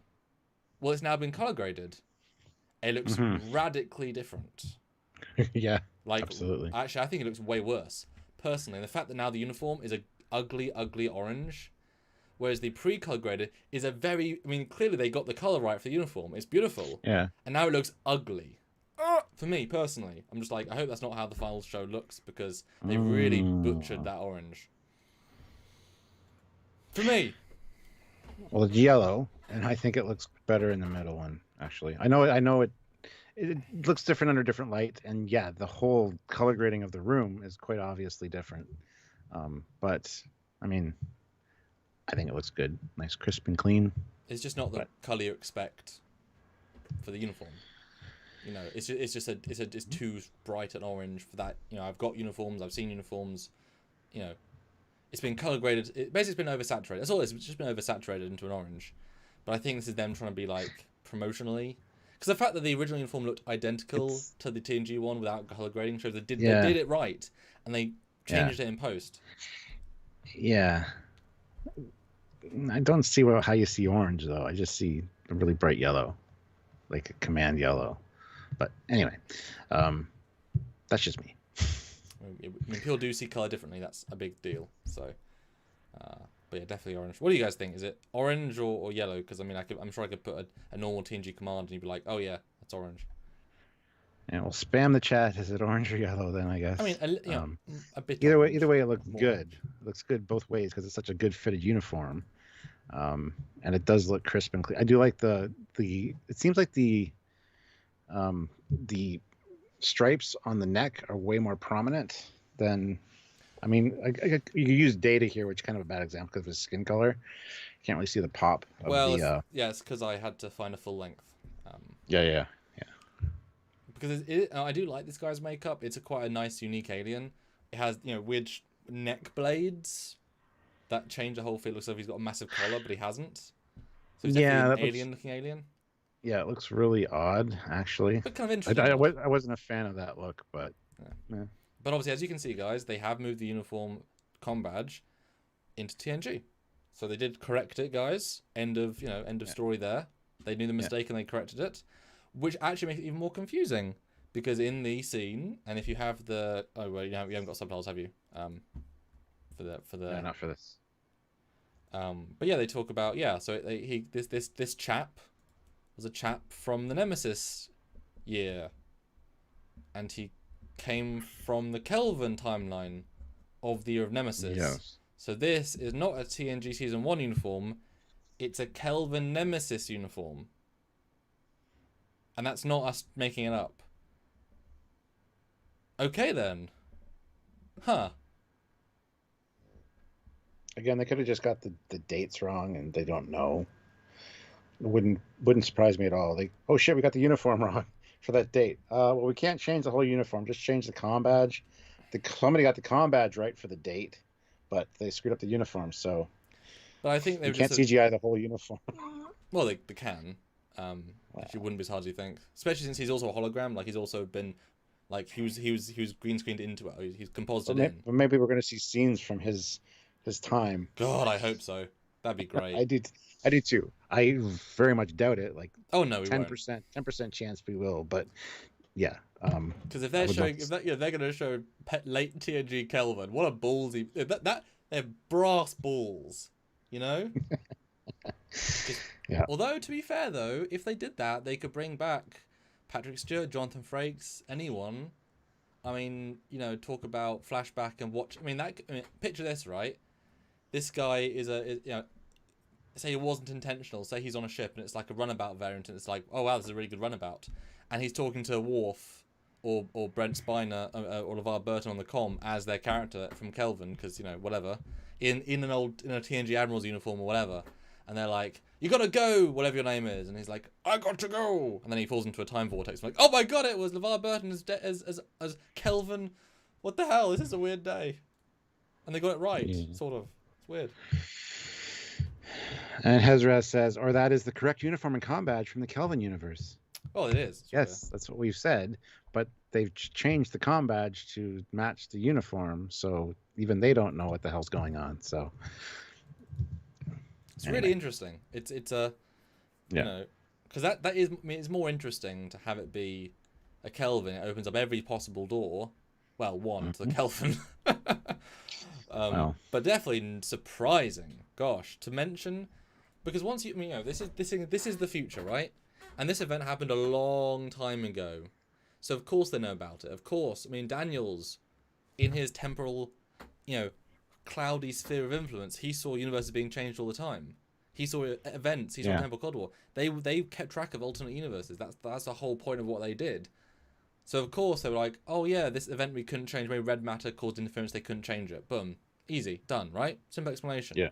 And so the fact they literally say a Romulan mining ship went back and created an alternate universe.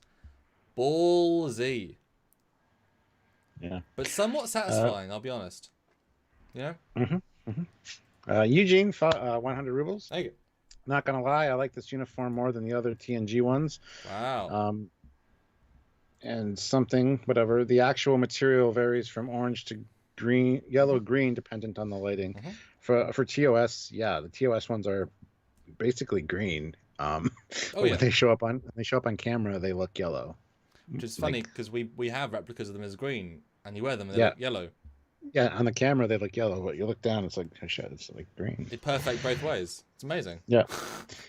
Fleet Pass Swiftback, $2. We hit 300, on to 350, and then 400. Hashtag make Fleet Paw pay. Or 310 with 426 people watching. That's incredible, guys. Thank you so much.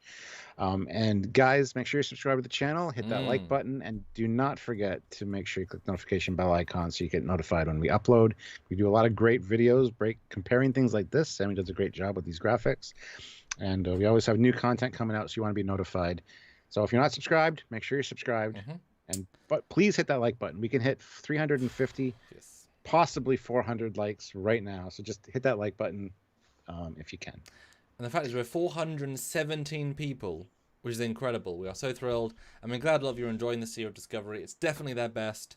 And we both would probably happily say better than Picard Season 1. Actually, every week it's now improving in the ratings compared to Picard Season 1. So well done them, for sure. And Christian Montgomery, $2. What's Data doing to that cannon?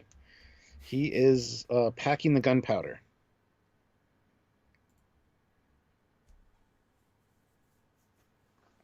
Or packing the ball. Anywho, moving on.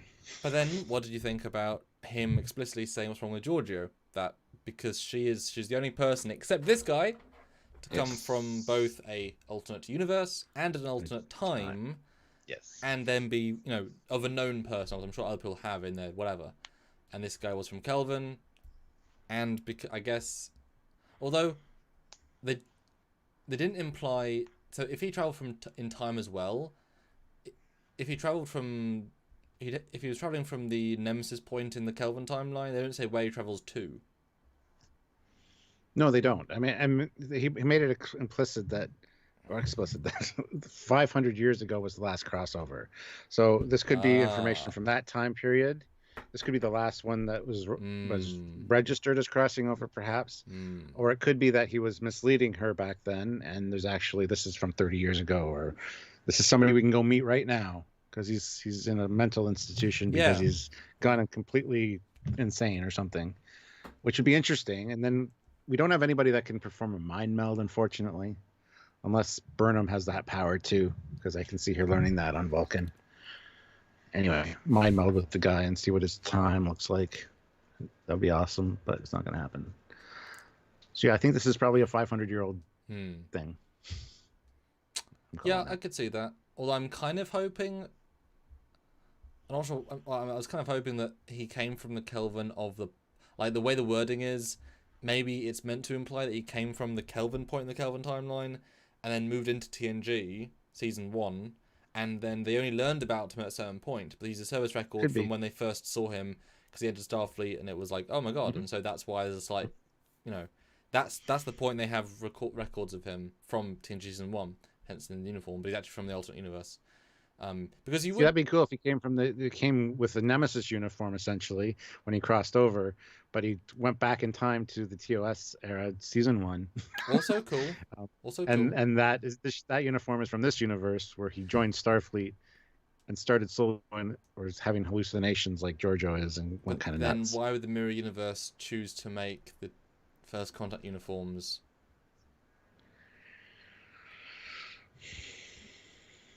Mirror Universe, what? Well, you're saying, Kelvin, so yeah, why would Kelvin make the First Contact uniforms? I guess we're kind of assuming that they become more the same. Like, either the Kelvin universe becomes something totally different or becomes the same again at a certain point. Like, I wouldn't expect to see any similar designs at all. That's why I almost kind of wish that I could go with the uniform being the same, but do a new comm badge. Like, a Kelvin comm badge and say, it is.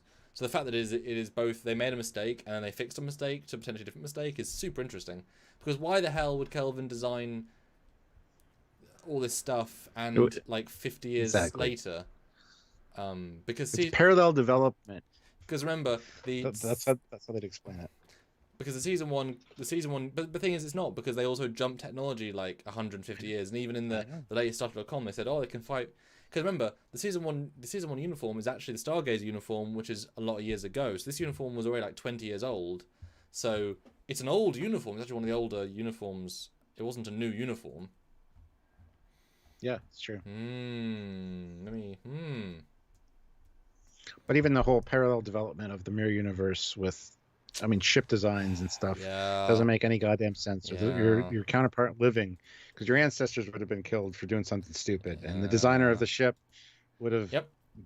maybe been killed, or his dad would have been killed before he was conceived. Like, you wouldn't have the same people Yep. It's like the beat on Shinjo. beat. The Shinjo could not happen Yeah, because the knowledge of the Shinjo went back with the Excalibur. Defiant. Yeah, sorry. Yeah, the knowledge of Shinjo was in the computer core of the Excalibur Defiant, and it went back in time. So why would you build a 90-year-old ship in the future? You wouldn't, and call it some great warship. You wouldn't. You dumbasses, and they never built it in the first place because it was in their past. Yep. Stupid. Lots of little problems But like I that. mean, that's why TOS is like there has to be its own unique mirror, because it's not. You can't. Once the Defiant goes back, once you destroy the Defiant instantly, that tech, you aren't going to make a 100-year-old design in the future. Oh goodness. Olivia Julius throws in $50. Thank you Oh very much, gosh. Olivia. Wow. President It's on time for deck. It's time for the third annual Olivia Predicts Foley's rating. I predict his score will be right after the sponsor. The rating is brought to you by OG Designs for all your graphic design needs. Now for the score. The score will be 8 out of 10. All right, well, we'll find out tomorrow night. My first reaction reviews tomorrow night, 10 Eastern Standard Time, so tune in for that. It'll just be me. It's just my first reaction to the episode. And then we'll do our full breakdown with Samuel and myself and all these scene-by-scene breakdowns on Friday. So tune in for that, guys. Oh, be a big one. And Jim reminds us that he called him a time warrior. Yes, they did. Well, it's probably during the Temporal Wars, which would have been around the 500-year mark, maybe? No, a bit. No, that's 29. Oh no, it's 30. It's 3000s. Because 29th century there weren't temporal Cold War and then temporal Cold War. I mean, obviously time war existed all the time if it happened once, but it was in the 3000s. Maybe we find out he's from Relativity or something. That's true. I mean, well, maybe though you could say that the temporal Cold War people found him, and being from an alternate universe, and that was so rare because if they say it's never happened, maybe his unique situation let him be like undetectable by scanners or something, or maybe his blood. Because I mean, you can pull anyone out of time. Have you seen the episode of Relativity? But that's true. How can he be a time warrior? Unless maybe the Kelvin timeline invents time travel and then they send him into our universe for some reason. That's true. That scuppers that. Because it works fine, and I assumed this when watching the promo that he was a time agent that went back in time into TNG Season 1. And that's why we see him in the uniform. But him being Kelvin as well, really, like, a Kelvin time warrior from Nemesis. Well, see, the question is, are we going to learn more about this guy, or is it going to be just that one line that we heard in the ready room? Because I think that's going to be it. It's going to be glazed over, unfortunately. You might see another hologram of another person pop up or something as actually there's a hologram, it looks like, of Georgio standing in that exact spot, which I don't know if it starts with her or ends with her, but it's going to, as the camera's rotating around, it's going to change, obviously. So, I mean, it was going to be, well, they say he's the only one, so it couldn't be more than one, but I kind of hope we're going to get another hologram or two. Yeah. James Fagan, $5. Thank you. Please comment on the best actors of Discovery. For me, it's Saru, Vance, Dr. Culber, Stamets, and Georgio. Who's upcoming in your mind and has untapped potential? Well, Doug Jones has been acting for years and is fantastic as a creature. Decades. Absolutely. Dr. Culber is great. Vance he was in The Mummy. He's also been acting for a long time. I don't know. They're all pretty great, actually. They're just not given good material for the most part, as in the side characters in this season's obviously the exception. Yeah. Well, I think Doug Jones is probably the best actor on the show because you believe him as a character. He's the only one that really harkens to a full character. He's the only one. Vance is the most solid actor because he's like Anson Mount. He is nailing everything, hands down. Boom. That's the writing as well. Georgio, I think, is one of the weaker actresses, but she's given not very good stuff, and she's just a one-tone, dull actress to watch. It's like always the same. Whereas Culber actually has a lot of... He's given that same sharpness in the last episode, but he also plays every other side of himself when he's got stuff to do. And I'd like to see more of the Asian guy. I think I like his vibe. Reese? Him in particular, I'd like to see him do more. I think he's in tactical. Or is he comm? No, Bryce is comms. So he's tactical. Yes. See, you got more potential to have tactical do more stuff. I think he has some potential if they give him more than one line every 2 episodes. Yeah. That's I, sir. Zeraxis, $5. Not gonna lie, part of me wants to see how enormous a Kelvin Galaxy X would be, and how many Borg cubes it could obliterate in a single shot. Yeah, that's fair. I mean, it's 10 kilometers long. You know, the Borg cubes are still only 3 kilometers. Yeah. You know, and to be fair, that could be a really fun reference if they bring in a Galaxy X style refit, just bigger. I could appreciate that fun, like weird side steps, like they're all alternate universes. Yeah. All this. He mentioned something I want to bring up as well. Remind me what he said. He said. What? Who said what? Because your subject made me think of something, and I was going to say it, but I've. Kelvin Galaxy X, how big it would be, Borg cubes, obliterate in a single shot. No. 3 kilometers long, 10 kilometers long. No, I'll have to remember later. Sorry. Fleet Paw Swiftback, $2. Yee. 350. Let's hit 400. Brilliant. Smack that like. 356 likes with 400 people watching. Guys, if you haven't hit like yet, hit that like button. It's a little thumbs up thing. If it is not blue, hit that. Helps us out. Ogre333 puts in $5. Thank you. Infinite timelines, infinite mirror universes, universe, infinite JJ verse timelines, multiple temporal Cold Wars. Well, I mean, the JJ verse was caused by a specific event, so you can only have infinite those universes if they were caused by other universes affecting them. The JJ verse doesn't just happen because, so that doesn't quite work. But infinite, similar universes, but you couldn't just have Kelvin timelines because they're caused by one thing happening, So, yeah, it's like there aren't that many post Wolf 359 universes because you had to have Wolf 359 to have Wolf 359 post universe, so there can't be as many. You know what I mean? It's not just a general universe; it's caused by events. Yeah, Squadron Course, $5. The Mirror Universe also lost 100 years of development to Klingon Cardassian occupation. Maybe Smiley O'Brien stole all Starfleet ship designs to catch them up. Well, he did. Yeah, he did. He stole the database. So, yeah.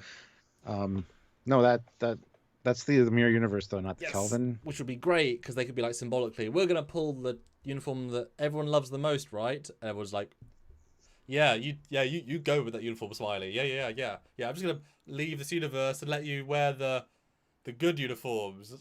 And then cut to 6 months later, and they're like, "Oh my groin! Oh, it's not a good uniform choice." Yeah, see, they couldn't use the good-looking TNG uniforms from later because, they have to look spandexy and just as bad as the Discovery uniforms. Even though Culber looks fantastic in that uniform. Always the exception to the uniform, though. But he's also a well-built man with a good form and a good figure and pecs. He's a good representation of a male body.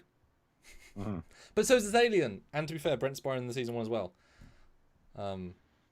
Yeah, it's just sad. It looks so good, this uniform. It hasn't aged a day. You can actually say it looks better in modern technology filming. It does look great. Gosh, makes me wonder if it's on a mannequin though, because the hands are black. They look like plastic almost, and then the head is just CG'd. I mean, that would be more money than it's worth, I'll be honest. But I know why you say that.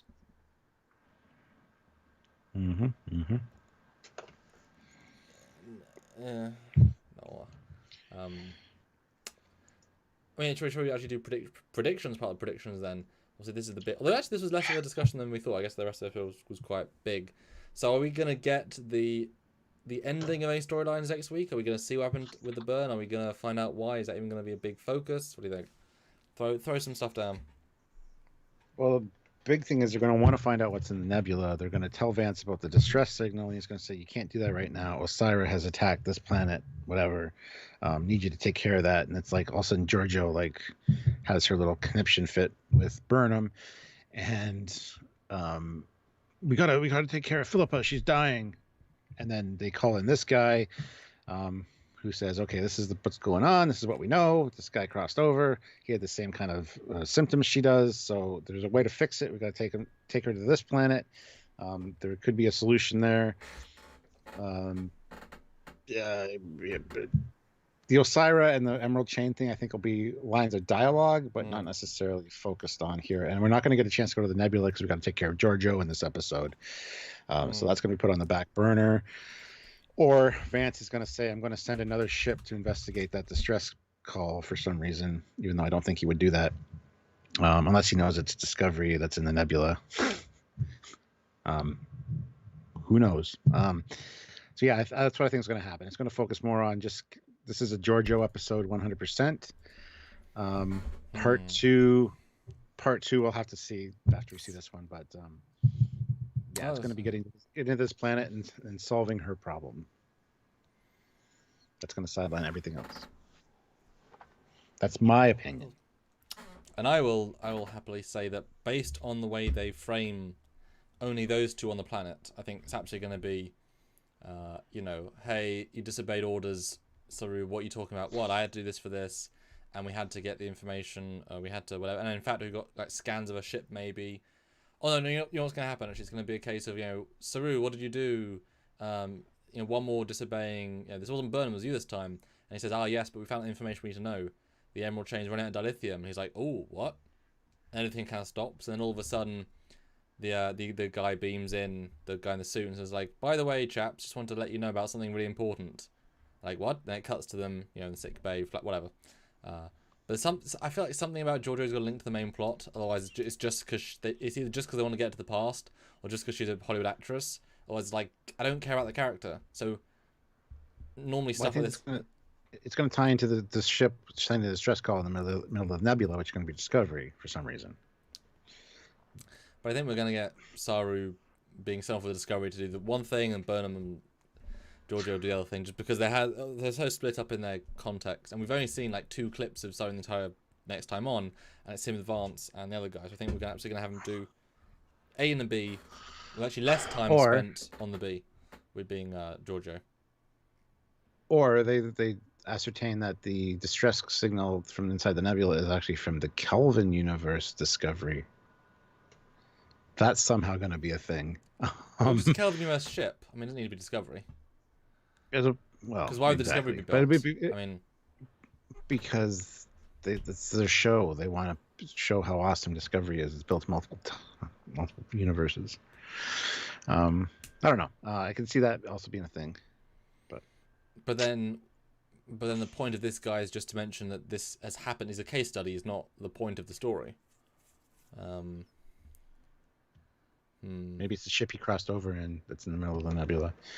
But then also caused the burn, which also doesn't work with timings because they. Well, it doesn't say the ship caused the burn. Just the origin of the burn is in the Nebula. But then, wouldn't if the guy came in a ship and came into the past, wouldn't he leave his ship to meet somebody? Why would he send a ship to this Nebula? And if you know what I mean, like he came earlier than that, surely.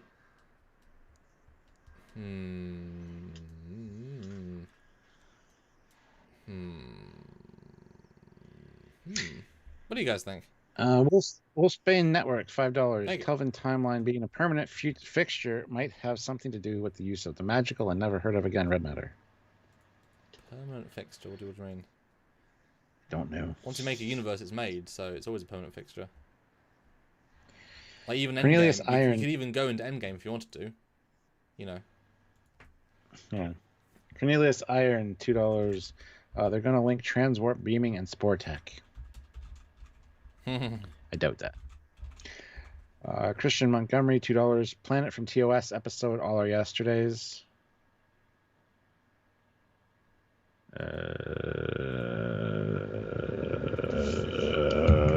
Caught me off guard there. Hold on, let me see what that is. Sorry, what?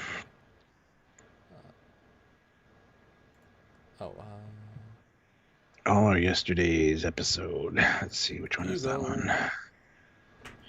Oh, yes. This from, yeah, that's where Spock and McCoy get sent. Mr. Ataz sends them there.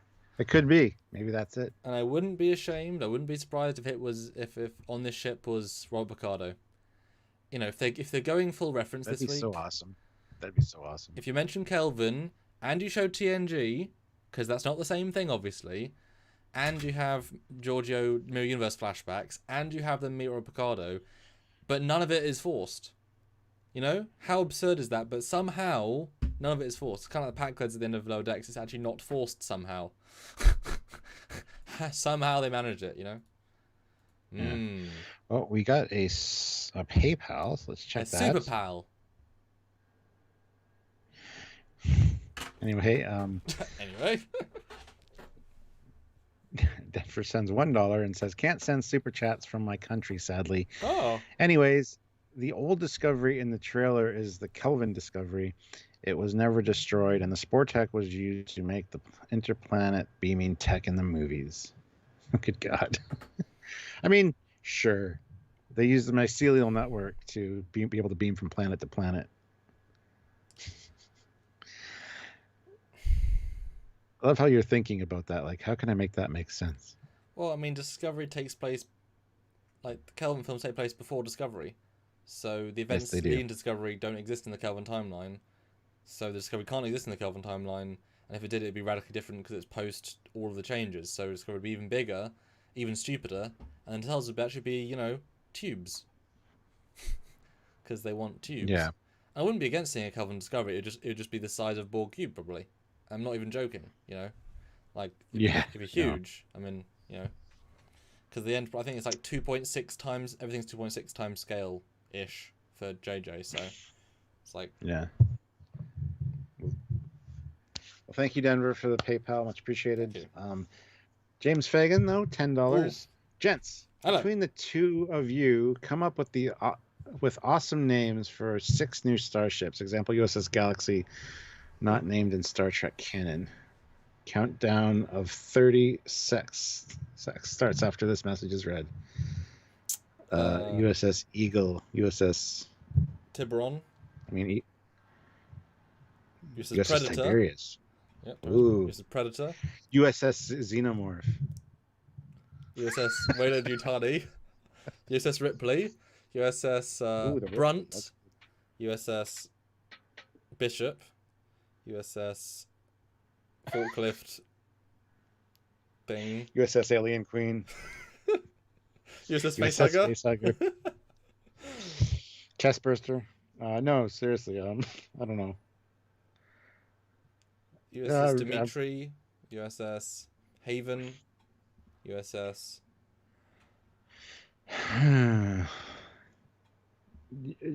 USS Lucas. George Lucas. USS Roddenberry. Ooh, that's good. That's good. I think we have a 6 there. Yeah. That's USS good. Foley. I mean, USS Foley hasn't been used yet. I know. Yeah. Sounds stupid. That's why. Oh, I know. Olivia Julius, $5. Hey. I predict that tomorrow at 2200 Eastern Time Zone, Captain Foley will be live and with his first reaction. Please come for the free chance to see the pug, otherwise known as the Jeffries tube monster. Absolutely. And you called it early on. The last super chat, because he was the first super chat. So I just want to see if Area 51 is still here, because there's a last super chat slot coming up. Wolfsbane Network puts in $2. Not in the case of yesterday's Enterprise. I'm sure we missed whatever, because we're delayed on that. We're not sure what you're talking about specifically. Something we said and then it went back. Sorry. Yeah. Feel free to clarify. That happens all the time. Clarify in the regular chat. Wolfsbane. We'll see if we can find it. Ogre 333, $5. NX Enterprise. They found a time ship trying to take it to Earth, future tech. The person has a time ship, not his own. What? Trying to take it to Earth / future tech.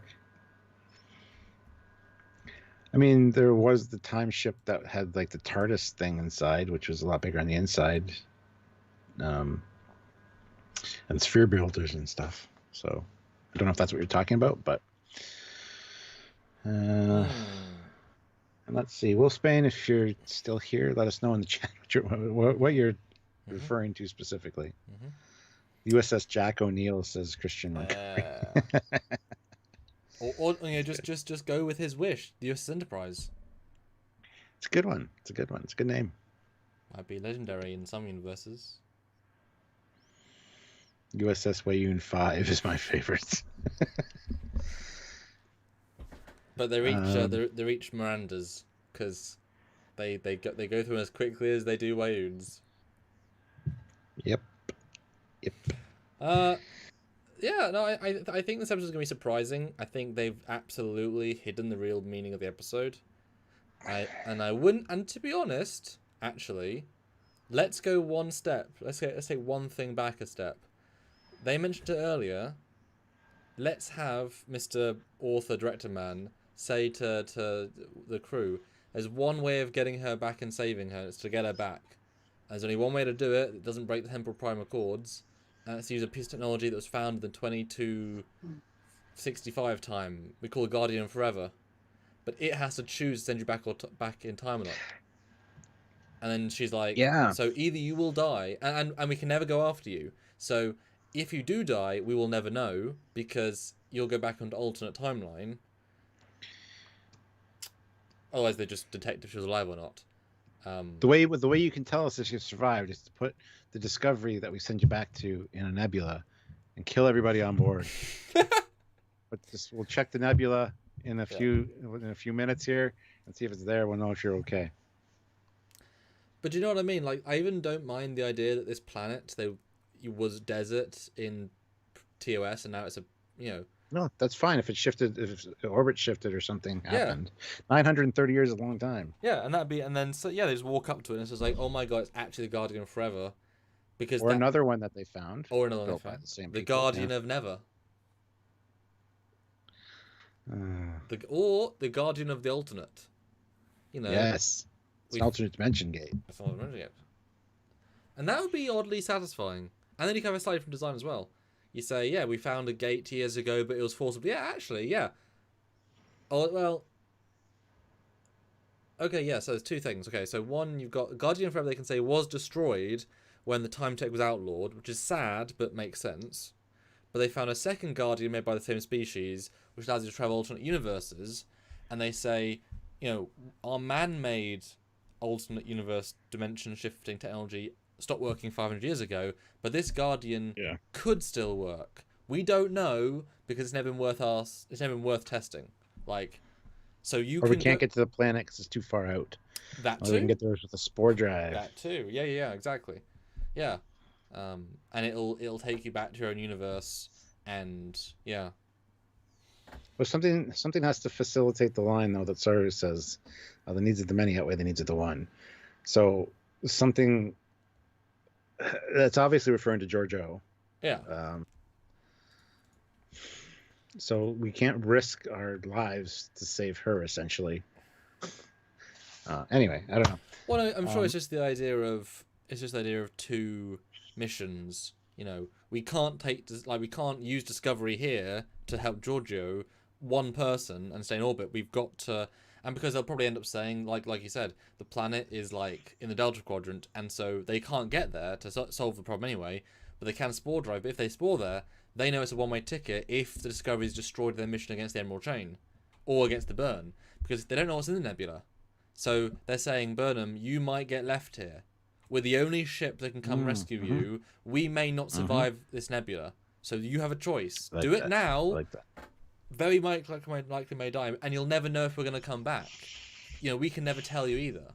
So that would be a nice thing. And Burnham's like, no, I'm going to sacrifice my career.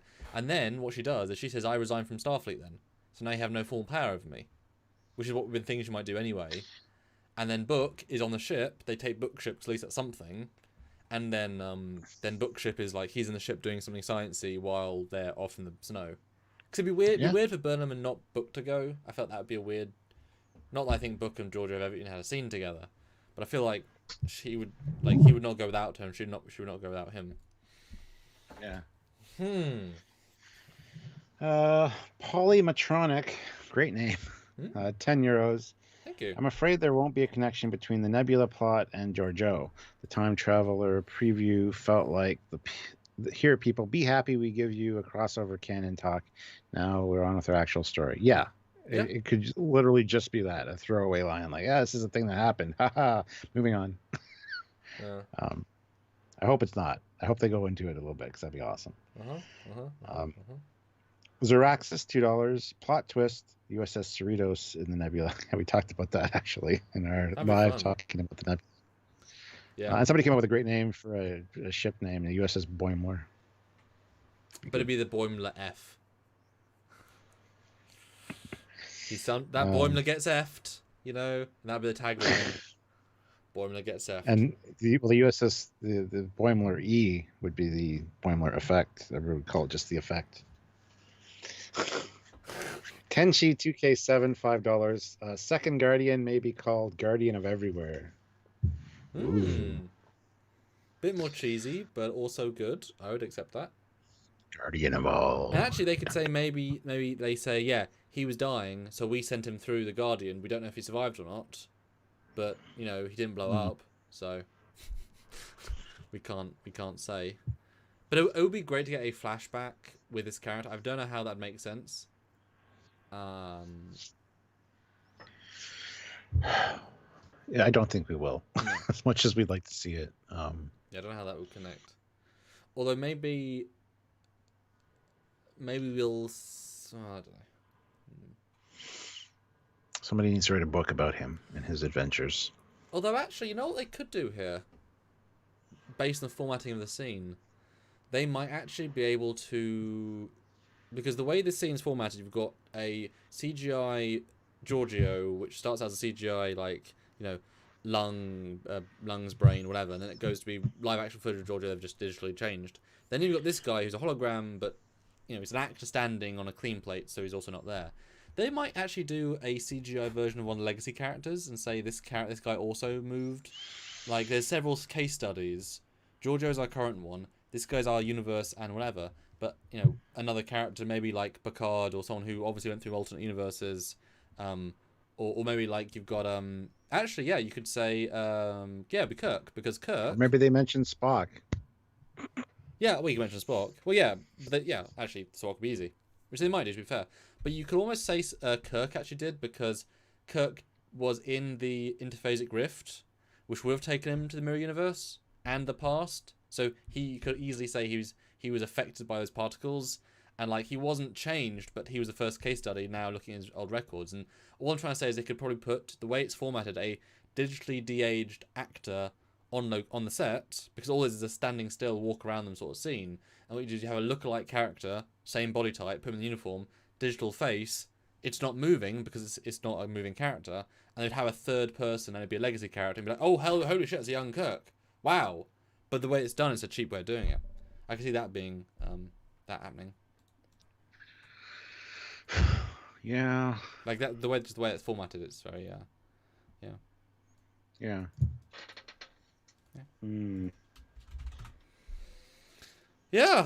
You guys are having fun with the ship names in the chat, that's for sure. Keeps on going, doesn't it? Yeah. Well, guys, any more thoughts you guys have? And Area 51, are you still up for that last super chat slot? Because now's the time. So yeah, let's try to get another 18 likes. Let's get to 400 likes. We have 404 people watching, which is definitely doable because people coming in and out of the stream all the time. So hit that like button if you haven't. Friendly reminder. I'm gonna say $18. That's it. There you go. Easy peasy. Put in 3 5s and we're done. But thanks, guys. This is definitely a very brain-involving discussion. I think we talked the shit out of this, and as we often do, we get things right. So I'm excited to see what we do and don't get right, because we have had a good habit here, and hopefully, yeah. And Eugene, 100 rubles, Guardian of whatever. Fleet Paw Swiftback, $2. Can't believe no one said the USS Miles E. O'Brien. Right? The USS O'Brien is a good one. Oh yeah, in that context, yeah. And Zeraxis, $2. Thank you. Thanks, you two. I gotta go. 4 minutes till Cyberpunk. Oh yeah, Cyberpunk 2077. And I will save it until they get their patches. Because it'll get more and more fixed as the days go on. So I'll wait a couple of days if I even play this Christmas. Because I've got myself gaming sucks because you gotta not do work to game, and I have things I gotta be doing. We hit 400 likes. Yes. USS, we talked the shit out of this. Yes. And right now, Zeraxis, you have the last super chat slot. So thank you so much. Area 51 must have had to move on. James Fagan, $5, now has the last super chat slot. Says, hey guys, I started the ship name discussion. Sorry about the lost income. Love you though. Well, no problem. Don't worry about it. Yeah, we're done well today, don't worry. And guys, we're already $5 away. So literally, James was the pre-5-5. One more 5, then we're done. And Stuart, I think, I'll be honest, I'm more excited for this next episode than I was when we started. I'll be honest. I am too. I hate that it's part 1 though, because it's going to end with like they're going to walk into the cave and you're going to see the guardian shaped gate, and it's going to be like that's the end. It's like, oh no! So you're going to have to wait another week. Mm-hmm. But that's good though. It's you know. Yeah, we're going to get a real cliffhanger moment. I hope so. Yeah. Holy shit! And I wouldn't be surprised with 2 cliffhangers at the same time. Like, you know, at the last minute we find the ship in the burn. It's like, oh my god, that's a ship we recognise. Bumph, or name recognise. You know. Yeah. Enterprise Z. And then cut to Georgio and they find the Guardian. It's like, holy bloody shit. Because you don't show off, you don't make a Kelvin reference, a Temporal Cold War reference, and a TNG Season 1 reference / Kelvin TNG Season, I guess 15 reference, because it's 15 years after they started. Because I just rewatched Nemesis, the scene for something else. I said I've known Riker 15 years, so that would be TNG Season 15. If it was during Nemesis and anyway,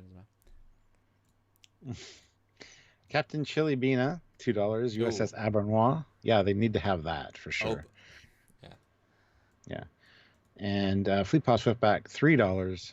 402. Nice USS Trekyards for the win. Yes. That's a great way to end. Fleet Paw has got the last super chat slot. So we hit our goals, all of them. So awesome. Thank you so much, guys. Make sure you subscribe to the channel. Don't miss the first reaction review tomorrow at 10 p.m. Eastern Standard Time. And Friday at 5 p.m. Eastern Standard Time, we do the full breakdown and complete discussion talking about this episode. Actually, it might be at 4 o'clock, 4 p.m. Eastern Standard Time, because we might start an hour early, depending on how much is in this episode. Basically, if there's a Guardian of Forever and an Enterprise, we'll do it at 4. If there's a guy in a TNG uniform, we'll start it at 4. But really, if there's a Guardian of Forever and an Enterprise, then you know right now 4. And if there's a Defiant or someone from a previous timeline universe, it'll be started at 3. And if they bring back Captain Blood, we'll start at 2. And if we hate it, we'll start at 11:45 and just do a 15-minute quick review. But no, stay tuned on. Make sure you're subscribed and notified with all selected, so you get notified when we will be doing the live, because it might change. And also join the Facebook group Trekyards, because we also post all the information there as to when we're going live. So I want one final spam on the chat though, with 355 of you. Will they show the USS Discovery A with a closed shuttle bay door in episode 9? Yes or no? Stuart's vote is no. Area 51, $2 last. Question mark. Huh? Question mark. He is here, so thank you, Area 51. You are the last super chat. So no one else super chat, and just let us know about the yes or no. Yes. Ooh, what a tease. The USS Trebek. That's good. Yeah. Will the door be closed? Yes or no? Yes. I should probably swap Tailwind because that stopped working for me. Let's have a look. Spam the channel, guys. Yay or nay? Nope. Yes. Nope. Yes. They can't. Yes, they lost the ability. They just can't do it. Never again. Yeah, no way. No. Well, at least there's a consensus on that. Never again. Doors must always be open. All right, guys, that's awesome. So thank you very much. Yes. Area 51, you are the last super chat. So thank you. I was right. And again, guys, thank you for turning up for this. And we'll have lots more discussions coming up soon. So he'll see you tomorrow, and I'll see you on Friday. That's right.